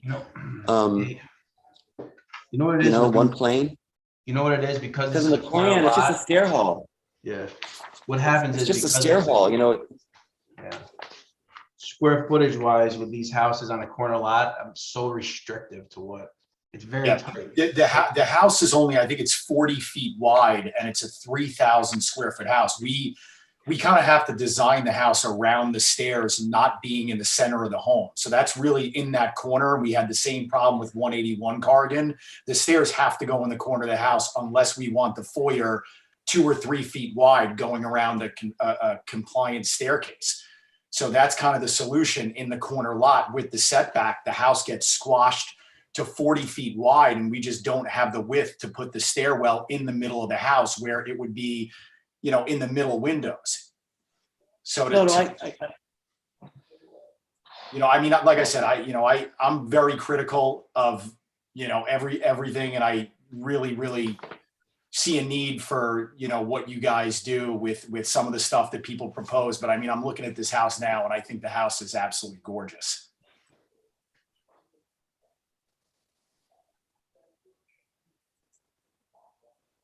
If I pull that dormer back to make it line up, then it's gonna have a funny ceiling inside too. Like I might have headroom issues with the staircase. Yeah, I mean, I don't understand. I don't think the stair needs that big volume over it, but It's I not don't that know. big. Yeah, that's the thing. Like this staircase is not that big. I mean, it's nothing. I've done houses that have extremely large foyers and big staircases. I think it's only 10 No, feet wide. No, I have no complaint. Brian, how wide is the stairwell, Brian? I think it's 10 feet. It's not big. Maybe. Well, what do other people think? Okay, other board members? I hear what you're saying, Peter, and I think a shed dormer would be very attractive, much more in keeping with the design of the rest of the house. But I think, I think it's fine. I could live with this. I understand. I think it's a very attractive house. I understand your point, Peter. I think it's a very attractive house. 10 by the staircase is 10 by 15, roughly, just so you guys know. 4'6" wide staircase. I mean, I've done this my whole life. Somehow you move a wall, jiggle the plan, and I know you could make it happen. But again, I don't want to be so prescriptive. So now, if we were to go down that path in the front elevation, if we were to follow in the back, I mean, I have a bathroom back there, then that's going to get all. The bathroom. All right. Well, the thing is, for me, like I try to, I have restrictions in my own ways of making things work and make it look balanced and as perfect as I can. And then it's I know there's consequences, along the way. And it's oh yeah, if I just move this, next thing you know, it's oh, now I got to reconfigure a bathroom. That's not, I know you guys absolutely. I know whenever you make a change, the whole thing goes up in the air. I know that. Yep, you're right. Well, what is Mark? What do Mark and Sarah think? Well, is there any way to reduce the size of when I'm looking at the rendering, reduce the size of one of these front gables so it's not just these. We really are getting tropes of it's become a bad tick, and it's spreading all around the town of Southampton too, where you've got these paired gable ends. And is there a way to, I don't know, make it smaller and set back a little bit so that they're not Sarah, quite. I think you could do it if you made it smaller. Yes, that's an alternate, but I think, yes, it could work. Because that way, at least it's not these, these twin peaks, for want of a better expression.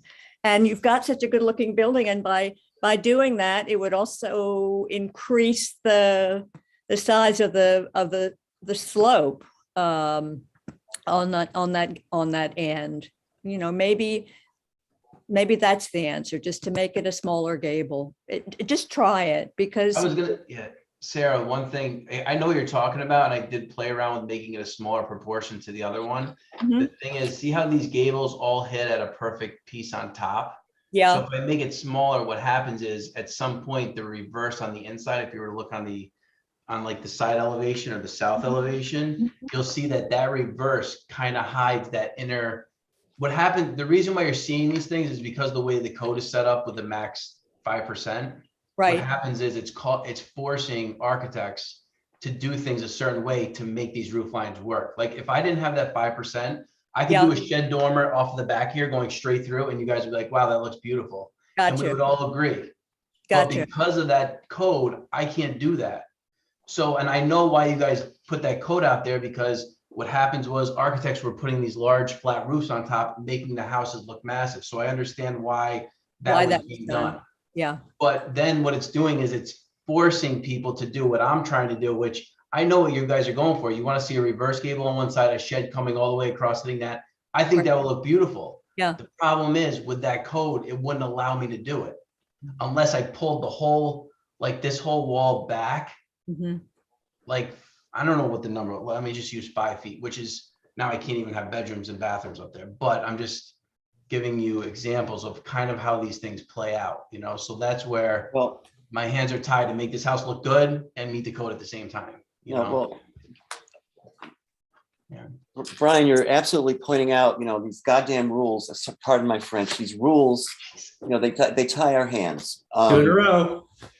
No, but I can see why they do. Listen, I can respect it. I look at a code and I understand why it's being done because I see people that take advantage of the code. Unfortunately, when I start doing a design, it kind of screws me up sometimes because I'm not going for that. That's not my simple fix. To just do a hit proof. Brian, I feel your pain. I really get it. And really what the code should say, but we're not in a position to do that, is that 7 and 12 pitch should be confined to principal roofs, so that dormers and subsidiary roofs are not bound by it.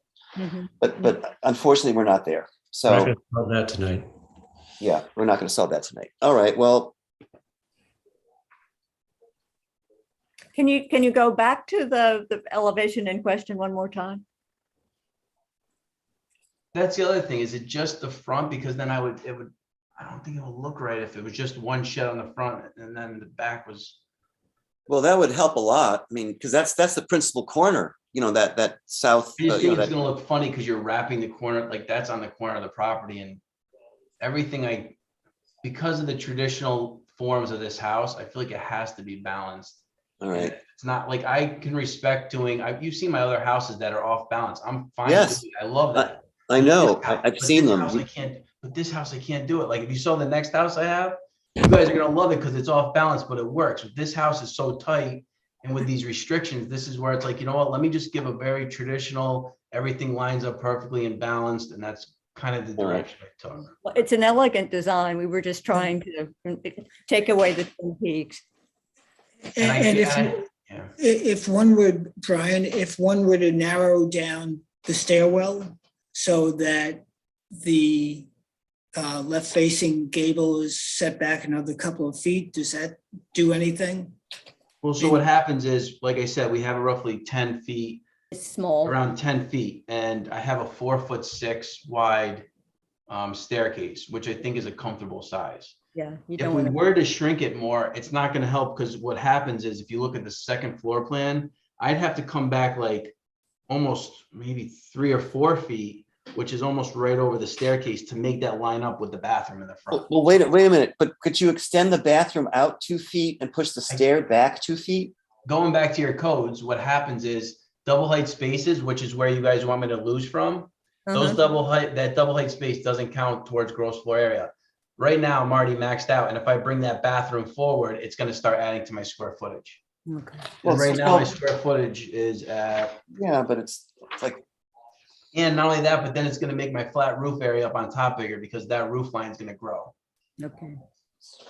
I'm not just making, this is like real, these are real numbers of how everything. No, Brian, I hear you. I understand.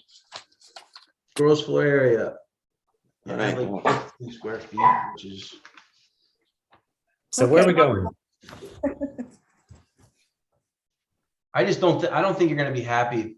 I was going to do a drawing and a rendering showing it going back and it wouldn't have met code. But if I showed it, you wouldn't have been happy with it. It just didn't look right. It looks, to me, it looked funny. I know what you're going for, but that's not something I can really accomplish with this. Okay, uncle. I could have. Okay. Okay, so it sounds like unless I'm misreading this, the board is generally in favor of the design as submitted and the changes that you've made. I'm not hearing that there are hills to be fought and died upon. Nope. Am I correct on that? Yes. Yes. Okay. All right. So in which case, then when we've got this two-week hold, then we would, again, Alice, we're adjourning. We're closing for We can't close, no. We have to keep the record open for written comment. The record, I move that we keep the record open, subject to written comment. At which time, at the next meeting, at which time we will make a decision. Yeah, you know, Okay. Brian, maybe a stroke of genius will come to you in the night. It has been known to happen. Yeah, well, so wait, what's the outcome here? Alice, did you want to explain about that? Yeah, better than I was able to explain it. Sure. So there was a mistake in which the agenda wasn't posted properly to the village website. So in order to meet the New York State open meetings law requirements, the record has to be held open for at least 1 week. And the board deemed it prudent to hold it open for all applications until the next meeting, which is on the 28th. So on the 28th will be approved? Yeah, yes. But you know, Brian, I got to say something. I'll take a shot at it if you guys don't. Of course. Yeah. Looking at your second floor plan, you could pull in the 2 bathrooms towards Corrigan Street, you know, to the east, and make up, because they're vast, and make up that 23 square feet you're worried about in the bathroom in the front. So chop the bathrooms in the back and add the area to the bathroom in the front. And I think you would gain, I think you would get close to it. If you chop from the back and give it to the front, you will even out your pitches. Okay, so here's what, so we're neither approving nor denying this application this evening. Correct, Alice? Yep, we're adjourning till the next meeting. We're adjourning to the next meeting. The indications are that the plan is acceptable. However, Peter is making some suggestions, and if, Brian, as he says, you get a stroke of genius and you desire to, on top of your current genius. I see what you guys are doing. You guys like challenging me here to give you a better design. I'm okay with it. I'm up for the challenge. I know you can do it. I really do. All right, so if between now and the 28th, you come up with another design, you're more than welcome to present it. Alternatively, you can come back with this design as well. So I move that we accept the applicant's, well, now I don't know whether he's requesting an adjourning or we're just holding it over. I'm not saying. Board can adjourn on its own motion. That's absolutely fine. We're gonna, I vote that we adjourn. Do I have a second on that? Adjourn this application to our next meeting. Okay, great. Brian and Kevin, all in favor? Aye. All right, and all right, thank you, Brian. And thanks. Thanks so much. Great. We'll see you in a couple of weeks. Okay. All right, everybody. Let's see. We're sticking in here.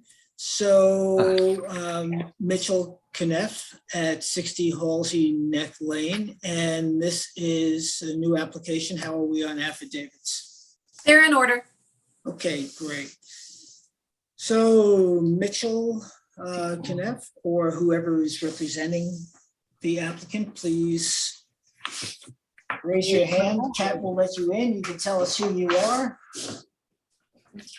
If everybody would quit hitting the wrong button, they'd be in faster. They keep saying decline. Okay, let me try again. That's funny. Lori did it right.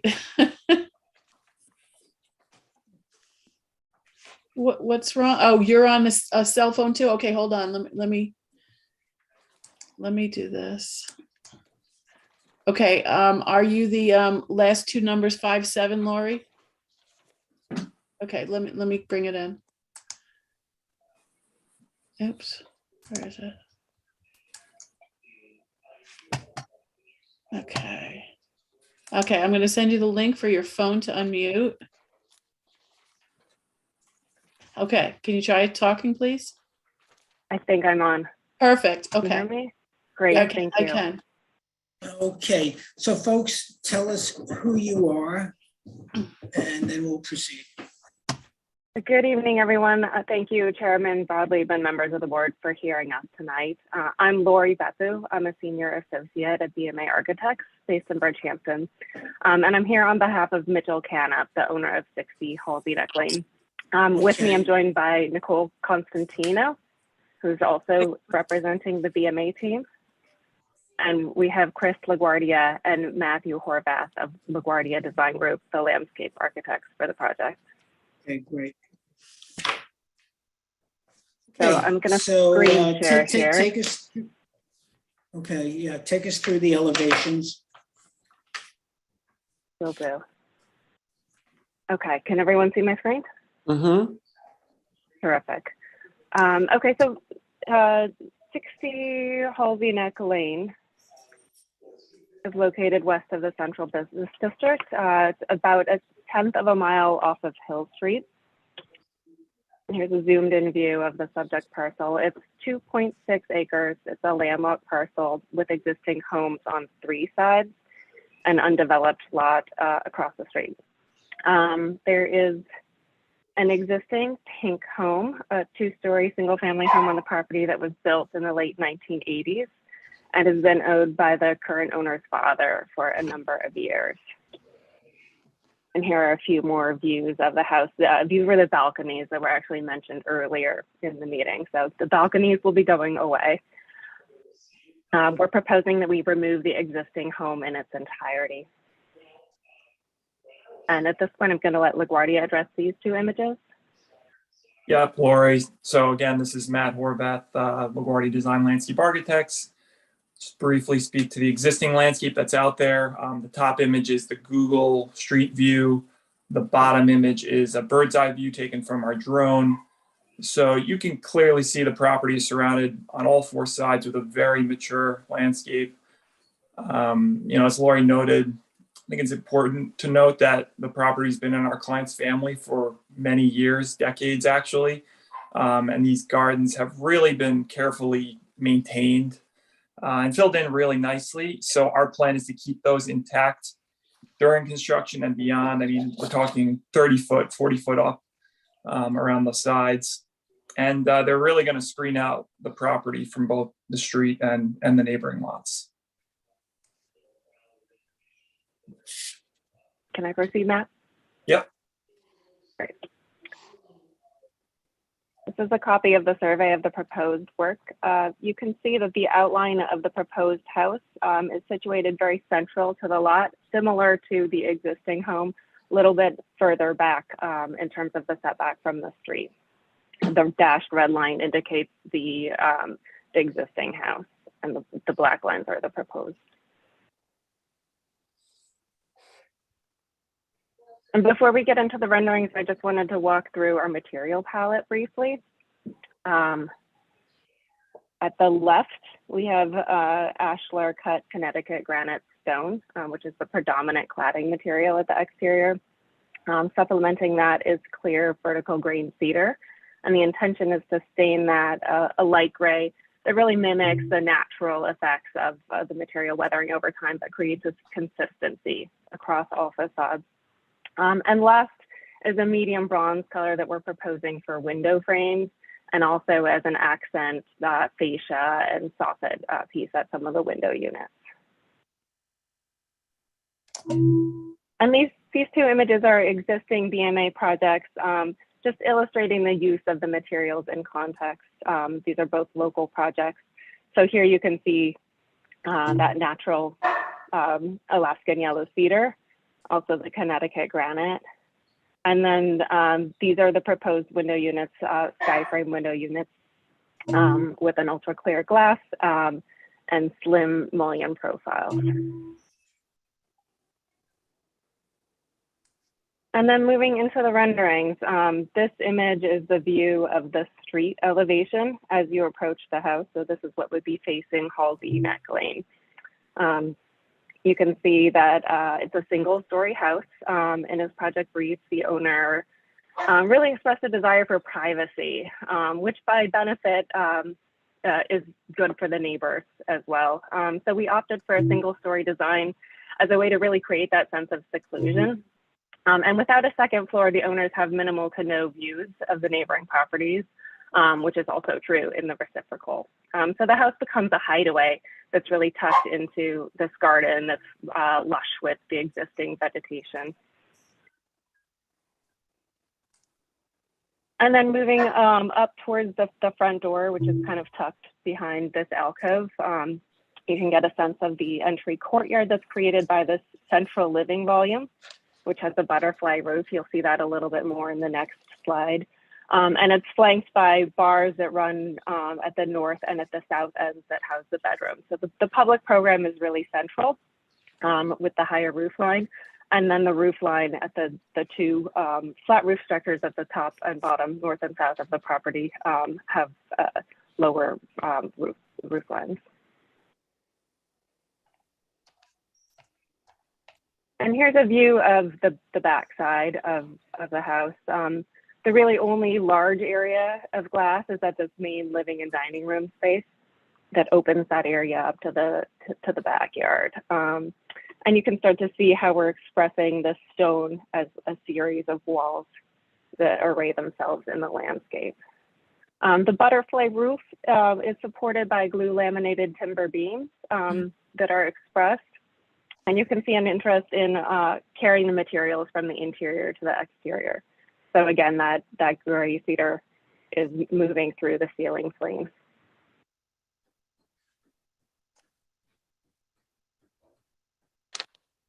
Oh.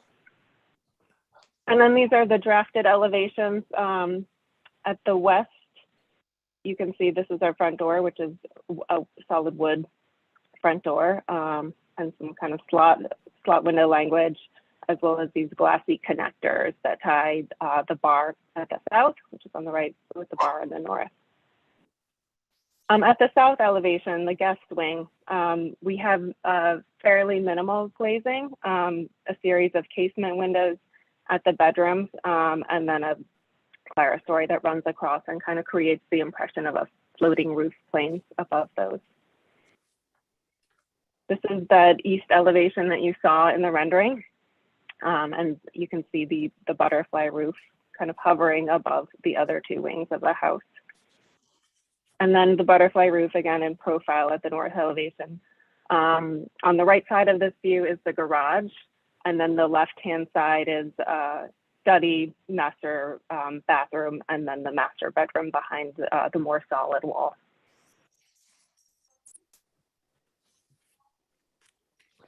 And then the project arranged and planned. So again, this is that north wing that I was just referencing with the garage a little closer to the street and the master bedroom behind it.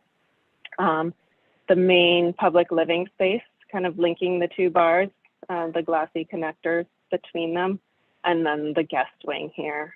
And I kind of neglected to address the pool house, but it's in the south of this view. A 518 square foot accessory structure, also with a flat roof. Okay, good. Lori, is that it? If it is, I'll turn it over. Yep, I just have a few images that I'd like to quickly flip through. I know we're ready to call it night. Just a few flat roof precedents on Halsey Neck Lane. So this is 56 Halsey Neck, just to the north. Mm-hmm. A little hard to see. 176 Halsey Neck Lane, and further down the street, a bit older, is 689 Halsey Neck Lane. The masterpiece. Yeah, the best. Right. And then a few quick comments. I'm going to conclude the architectural portion, but I think LaGuardia wanted to end on this image. Yeah, I'm not going to speak to the whole site plan here, but just a couple final comments. We're maintaining the existing curb cut on the northwest corner of the property. We're removing an existing tennis court, which is currently bifurcating the whole back property. And we're transplanting 4 really mature trees that are within the area of development, 2 crepe myrtles, 1 ginkgo, and 1 stewardia. So, honoring what's out there has always been important to our client. And we hope you see that. Well, I certainly do. It's a classic modern design. It's 1 story. Nobody complained. It's intruding on anyone. even all the glass on the first floor, well, it's on the first floor. We don't have to worry about the second floor reflections, and it's facing a yard that's hundreds of yards deep, hundreds of feet deep. Sorry. I think it's perfection. I agree with Peter. I think this house is spectacular, and on so many different levels. I just think I love the way it sits on the property. I love the way that it slides into the environment. And this just goes to show you that you can do things that are different in this village. Not everything has to be a shingled, four square. It is possible to do things like this that do them very well without, without intimidating the entire environment around you, which has been a problem in my estimation on some properties on Halsey Street. But I think it's a dream house. It's beautiful. Also, the butterfly roof, I think, is so elegant to see. And normally when I look at stone, I think, we don't have Connecticut stone here. But here, the way it's handled with the integrated indoor-outdoor cedar, it's sublime. So thank you. Thanks very much. Yeah. Thank you for the kind words. It's extremely well thought out and extremely well executed. Yeah. A word that comes to my mind is respect. Yes. Respect for the property, respect for only now we can't vote on landscaping. No, but I want to point out something about the granite, Connecticut granite. I know that, we don't like it on traditional styled homes. Right. And that's because traditional style homes are harking back to an era where they did not have access to stone from across the sound. Exactly. This is a different era. We have materials from all over. Yep. And it's allowed. Yeah. Just because of the style you chose. It's appropriate. Absolutely. Yes. Yeah, and keeping all that vegetation is great. And it pains me because there's a house on White Street that just took down probably in as much as the trunk is probably 4 feet wide. What is it? Got to be 100 years old. Yep. So kudos to you folks. Any public comment? We can do all the praise, but we can't vote. Well, next time. Oh, that's right. Okay. All right. I don't see any. And it's Duarchia too. God. Right. So we will adjourn to our next meeting to allow for public comment. Can I ask one question? Yes. The entrance, those blocks that are layered into the doorway. What's the construction? What's the material? Are those like poured, like polished concrete, or is it like limestone slabs? Or Matt, do you want to address that? Yeah, like they're either going to be monolithic limestone slabs, or we'll have to custom fabricate like a hookered piece to give that illusion of the floating look. Yeah. Okay. Just curious. I mean, that is like icing on the cake. Anyway, sorry. Okay. All right. So I move that we adjourn to our next meeting to allow for public comment, at barring which, if there is none, what's that? Just written public comment. Written public comment. Thank you. And barring any of that, at our next meeting, we will vote to approve. So do I have a second on that? Second. Second by Peter. All in favor? Aye. Aye. Aye. Ladies and gentlemen, good work. Thank you. Thank you very much. Appreciate it. You're welcome. We appreciate it. Okay, so the next application is that of, hold on, I've got a little dog nipping at me. Charles Falco at 135 Lewis Street to amend a prior ARB approval. Is the applicant here? He is. Have affidavits in there in order. Oh, thank you. From the Sublime. So I'm fishing Winnie, but anyway, sorry about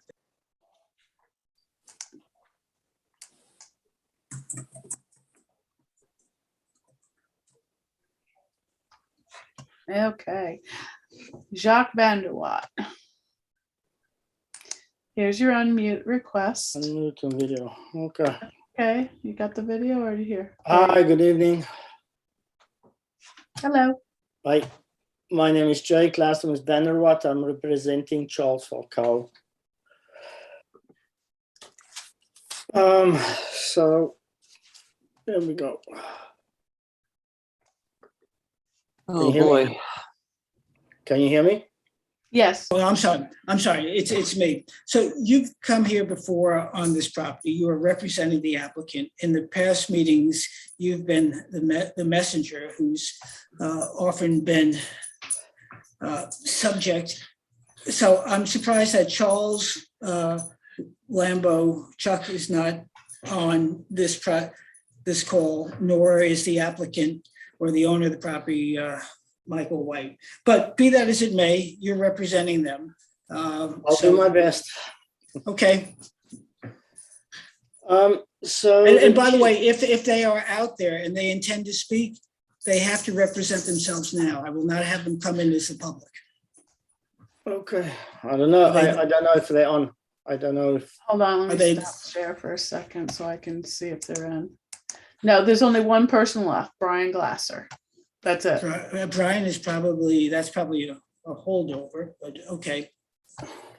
Because the next application after this Ring of Fire has been adjourned. Right, We're he's out. probably Right. just watching. It's Yeah, okay. okay, well, you're welcome to watch. Okay, Jake. All right, Jake, I'm gonna shut up. You know the situation in terms of a house was approved that is very much different than the house that has been built. And you are now before us. So understand in this situation, anything that's been built from our standpoint, it hasn't been built. Okay. Which means everything can be reversed back to the original. Okay? Okay. All right, sounds good. There were two issues, as I understand. The slate roof, there's a metal roof on it now. The slate roof that was on it was very old and damaged and would have been very costly, extremely costly to replace. The Okay, client didn't have. we'll hold off comments. Thank you. Sorry? Okay, go ahead, Jake. Okay. The client then had a choice between asphalt or metal. And at that point, because of COVID, there was a big shortage of asphalt and the roof needed to be closed, so they chose metal. Then the second point was the rear deck on the southwest side. As I understand, they did send you some pictures from the deck to the neighbor's yard. There, you can't see onto the neighbor's yard. There are like 14-foot hedges blocking the view. Then also the issue of the deck itself. The client, they wanted a lot of light into the room, into the master bedroom, and with the two small windows there, they just felt that they couldn't get adequate light. And also the issue of egress, because they are older people, they decided to rather do a big sliding door that's safer for egress as well. What else is there? I think that was the point. If that's, Jake, is that the extent of your presentation? Yes, that's okay. The extent. I think that those were the two issues, right. the deck and the roof. Right. So so you're asking for forgiveness rather than permission. You came here 4 separate times. I'm not going to bother at this hour to read the minutes. The house that you built because the client said they wanted it was done unilaterally without coming before us for any subsequent permission. You pointed out 2 of probably a dozen changes that were made in violation of the approved plans. It's actually, I'm trying to be collegial, but it's insulting. So I'll open it up to board discussion. We'll talk about what you're submitting. Let's talk about, Jeff? so many things. Let's Jeff? go ahead. Can I share my screen? Yeah, Yes. please. I'm fighting off a little dog here. Sorry.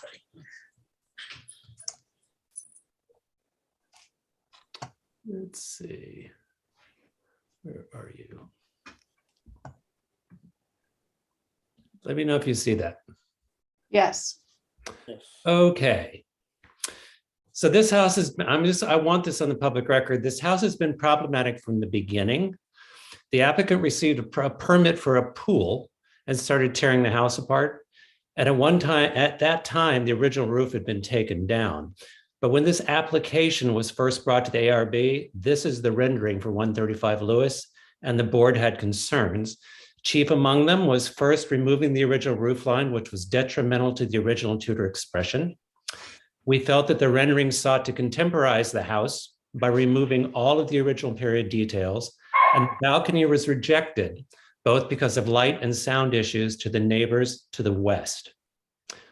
If we go down to here, what you just saw, this is the rendering that was first dated February 4th and returned to the submission of February 13th, which shows the return of the Tudor details, the return of the original roof line, and the removal of the balcony. And this is the rendering upon which we made our decision.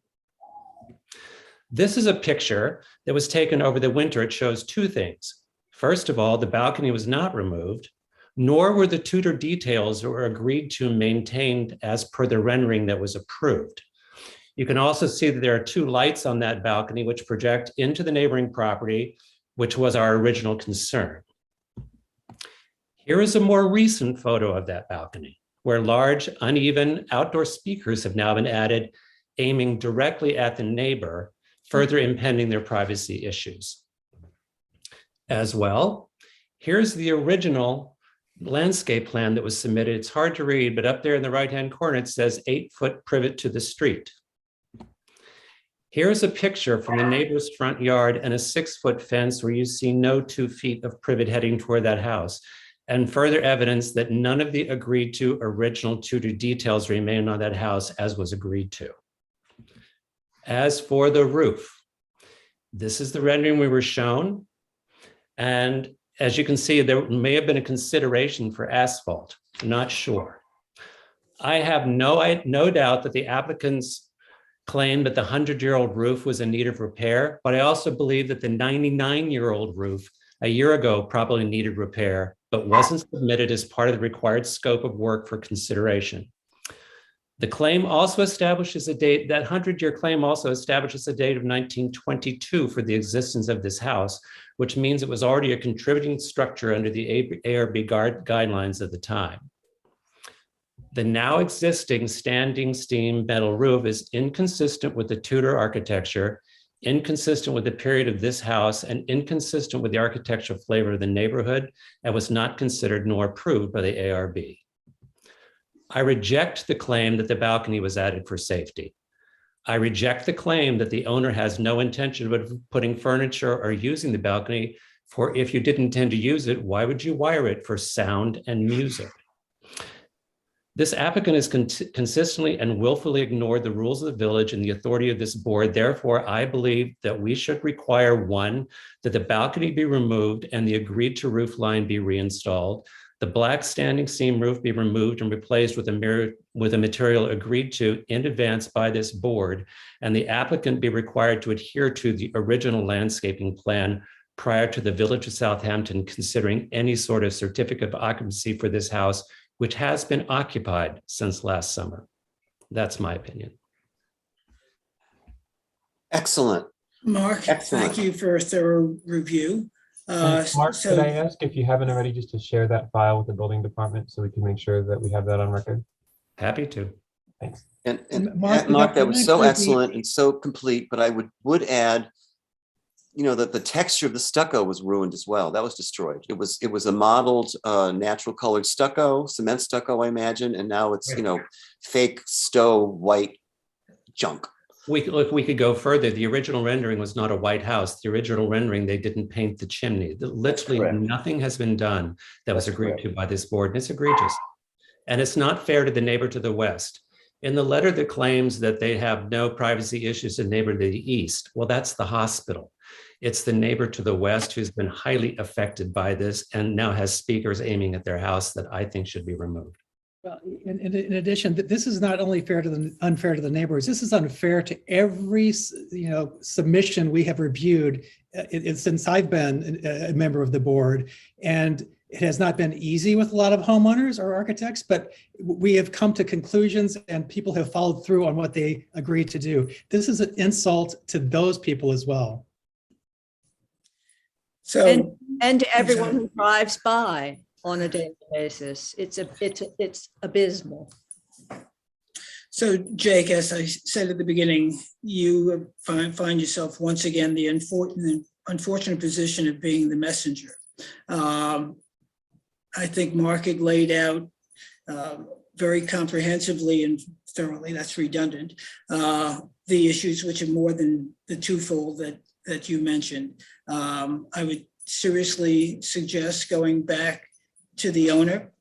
The plans as submitted will be rejected as you are denied. And beyond that, we would submit to the building department to take all enforcement actions that are within their purview.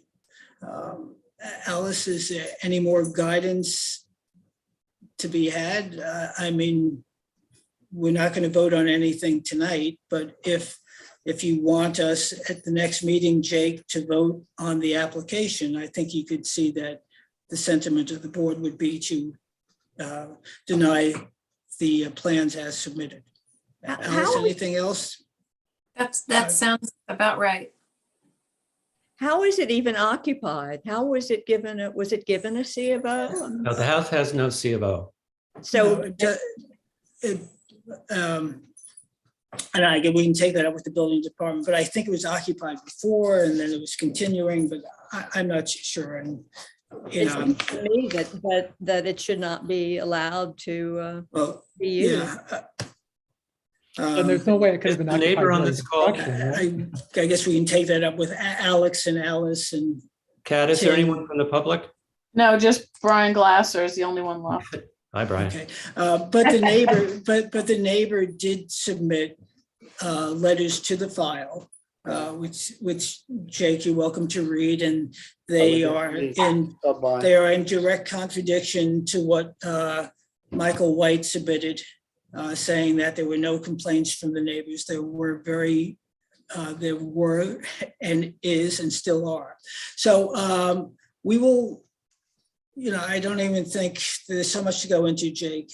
I'm not going to, if you want to respond, you're welcome to respond. I can just take a screenshot of this. I'm sorry? I'm just taking a screenshot of the letter. And this is on file with the building department, it looks like, so we can provide Did you a get copy it? as well. Did you get it, Jake? Yes, let me just, the first page I got. I see there's a second page, okay. Yeah. The second part included the pictures. Okay, got both. And Thank you. I don't know if you need these. And the minutes in which you That's laid it. out what was agreed to. So, and Jake, and again, you can respond if you wish, otherwise we'll return to the next meeting. Yeah, at this point, I'll just take this up with the client and just adjourn it to the next meeting. Okay, all right, I move that we accept the applicant's request to adjourn to the next meeting. Do I have a second on that? Second. Second, okay, all in favor? Aye. Aye. Okay, thank you. Thank you for your time. Thank you, Thanks. thank you, Jake. Bye-bye. Okay, the next application to be called is. Done.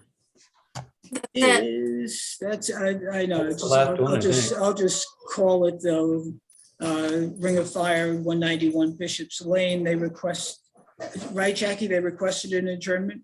No, they're post a notice. So we Oh, have no, okay. that's why We it have, came off. we have no jurisdiction. Okay, Yeah. great. Okay, so there are no driveway gates in non-historic, so that concludes tonight's meeting unless there's any other business. Let's stay and- another hour. I'll have to go because Brian just left. And Party at Brian's house. Winnie's objecting, so despite the objection from Winnie, I move that we close the meeting tonight at 10:45 of the Southampton Board of Architectural Review and Historic Preservation this Monday, March 14th. Do I have a second on that? Second. Second by Sarah. Okay, everybody, thank you very much. Thank you. Okay, bye, everybody.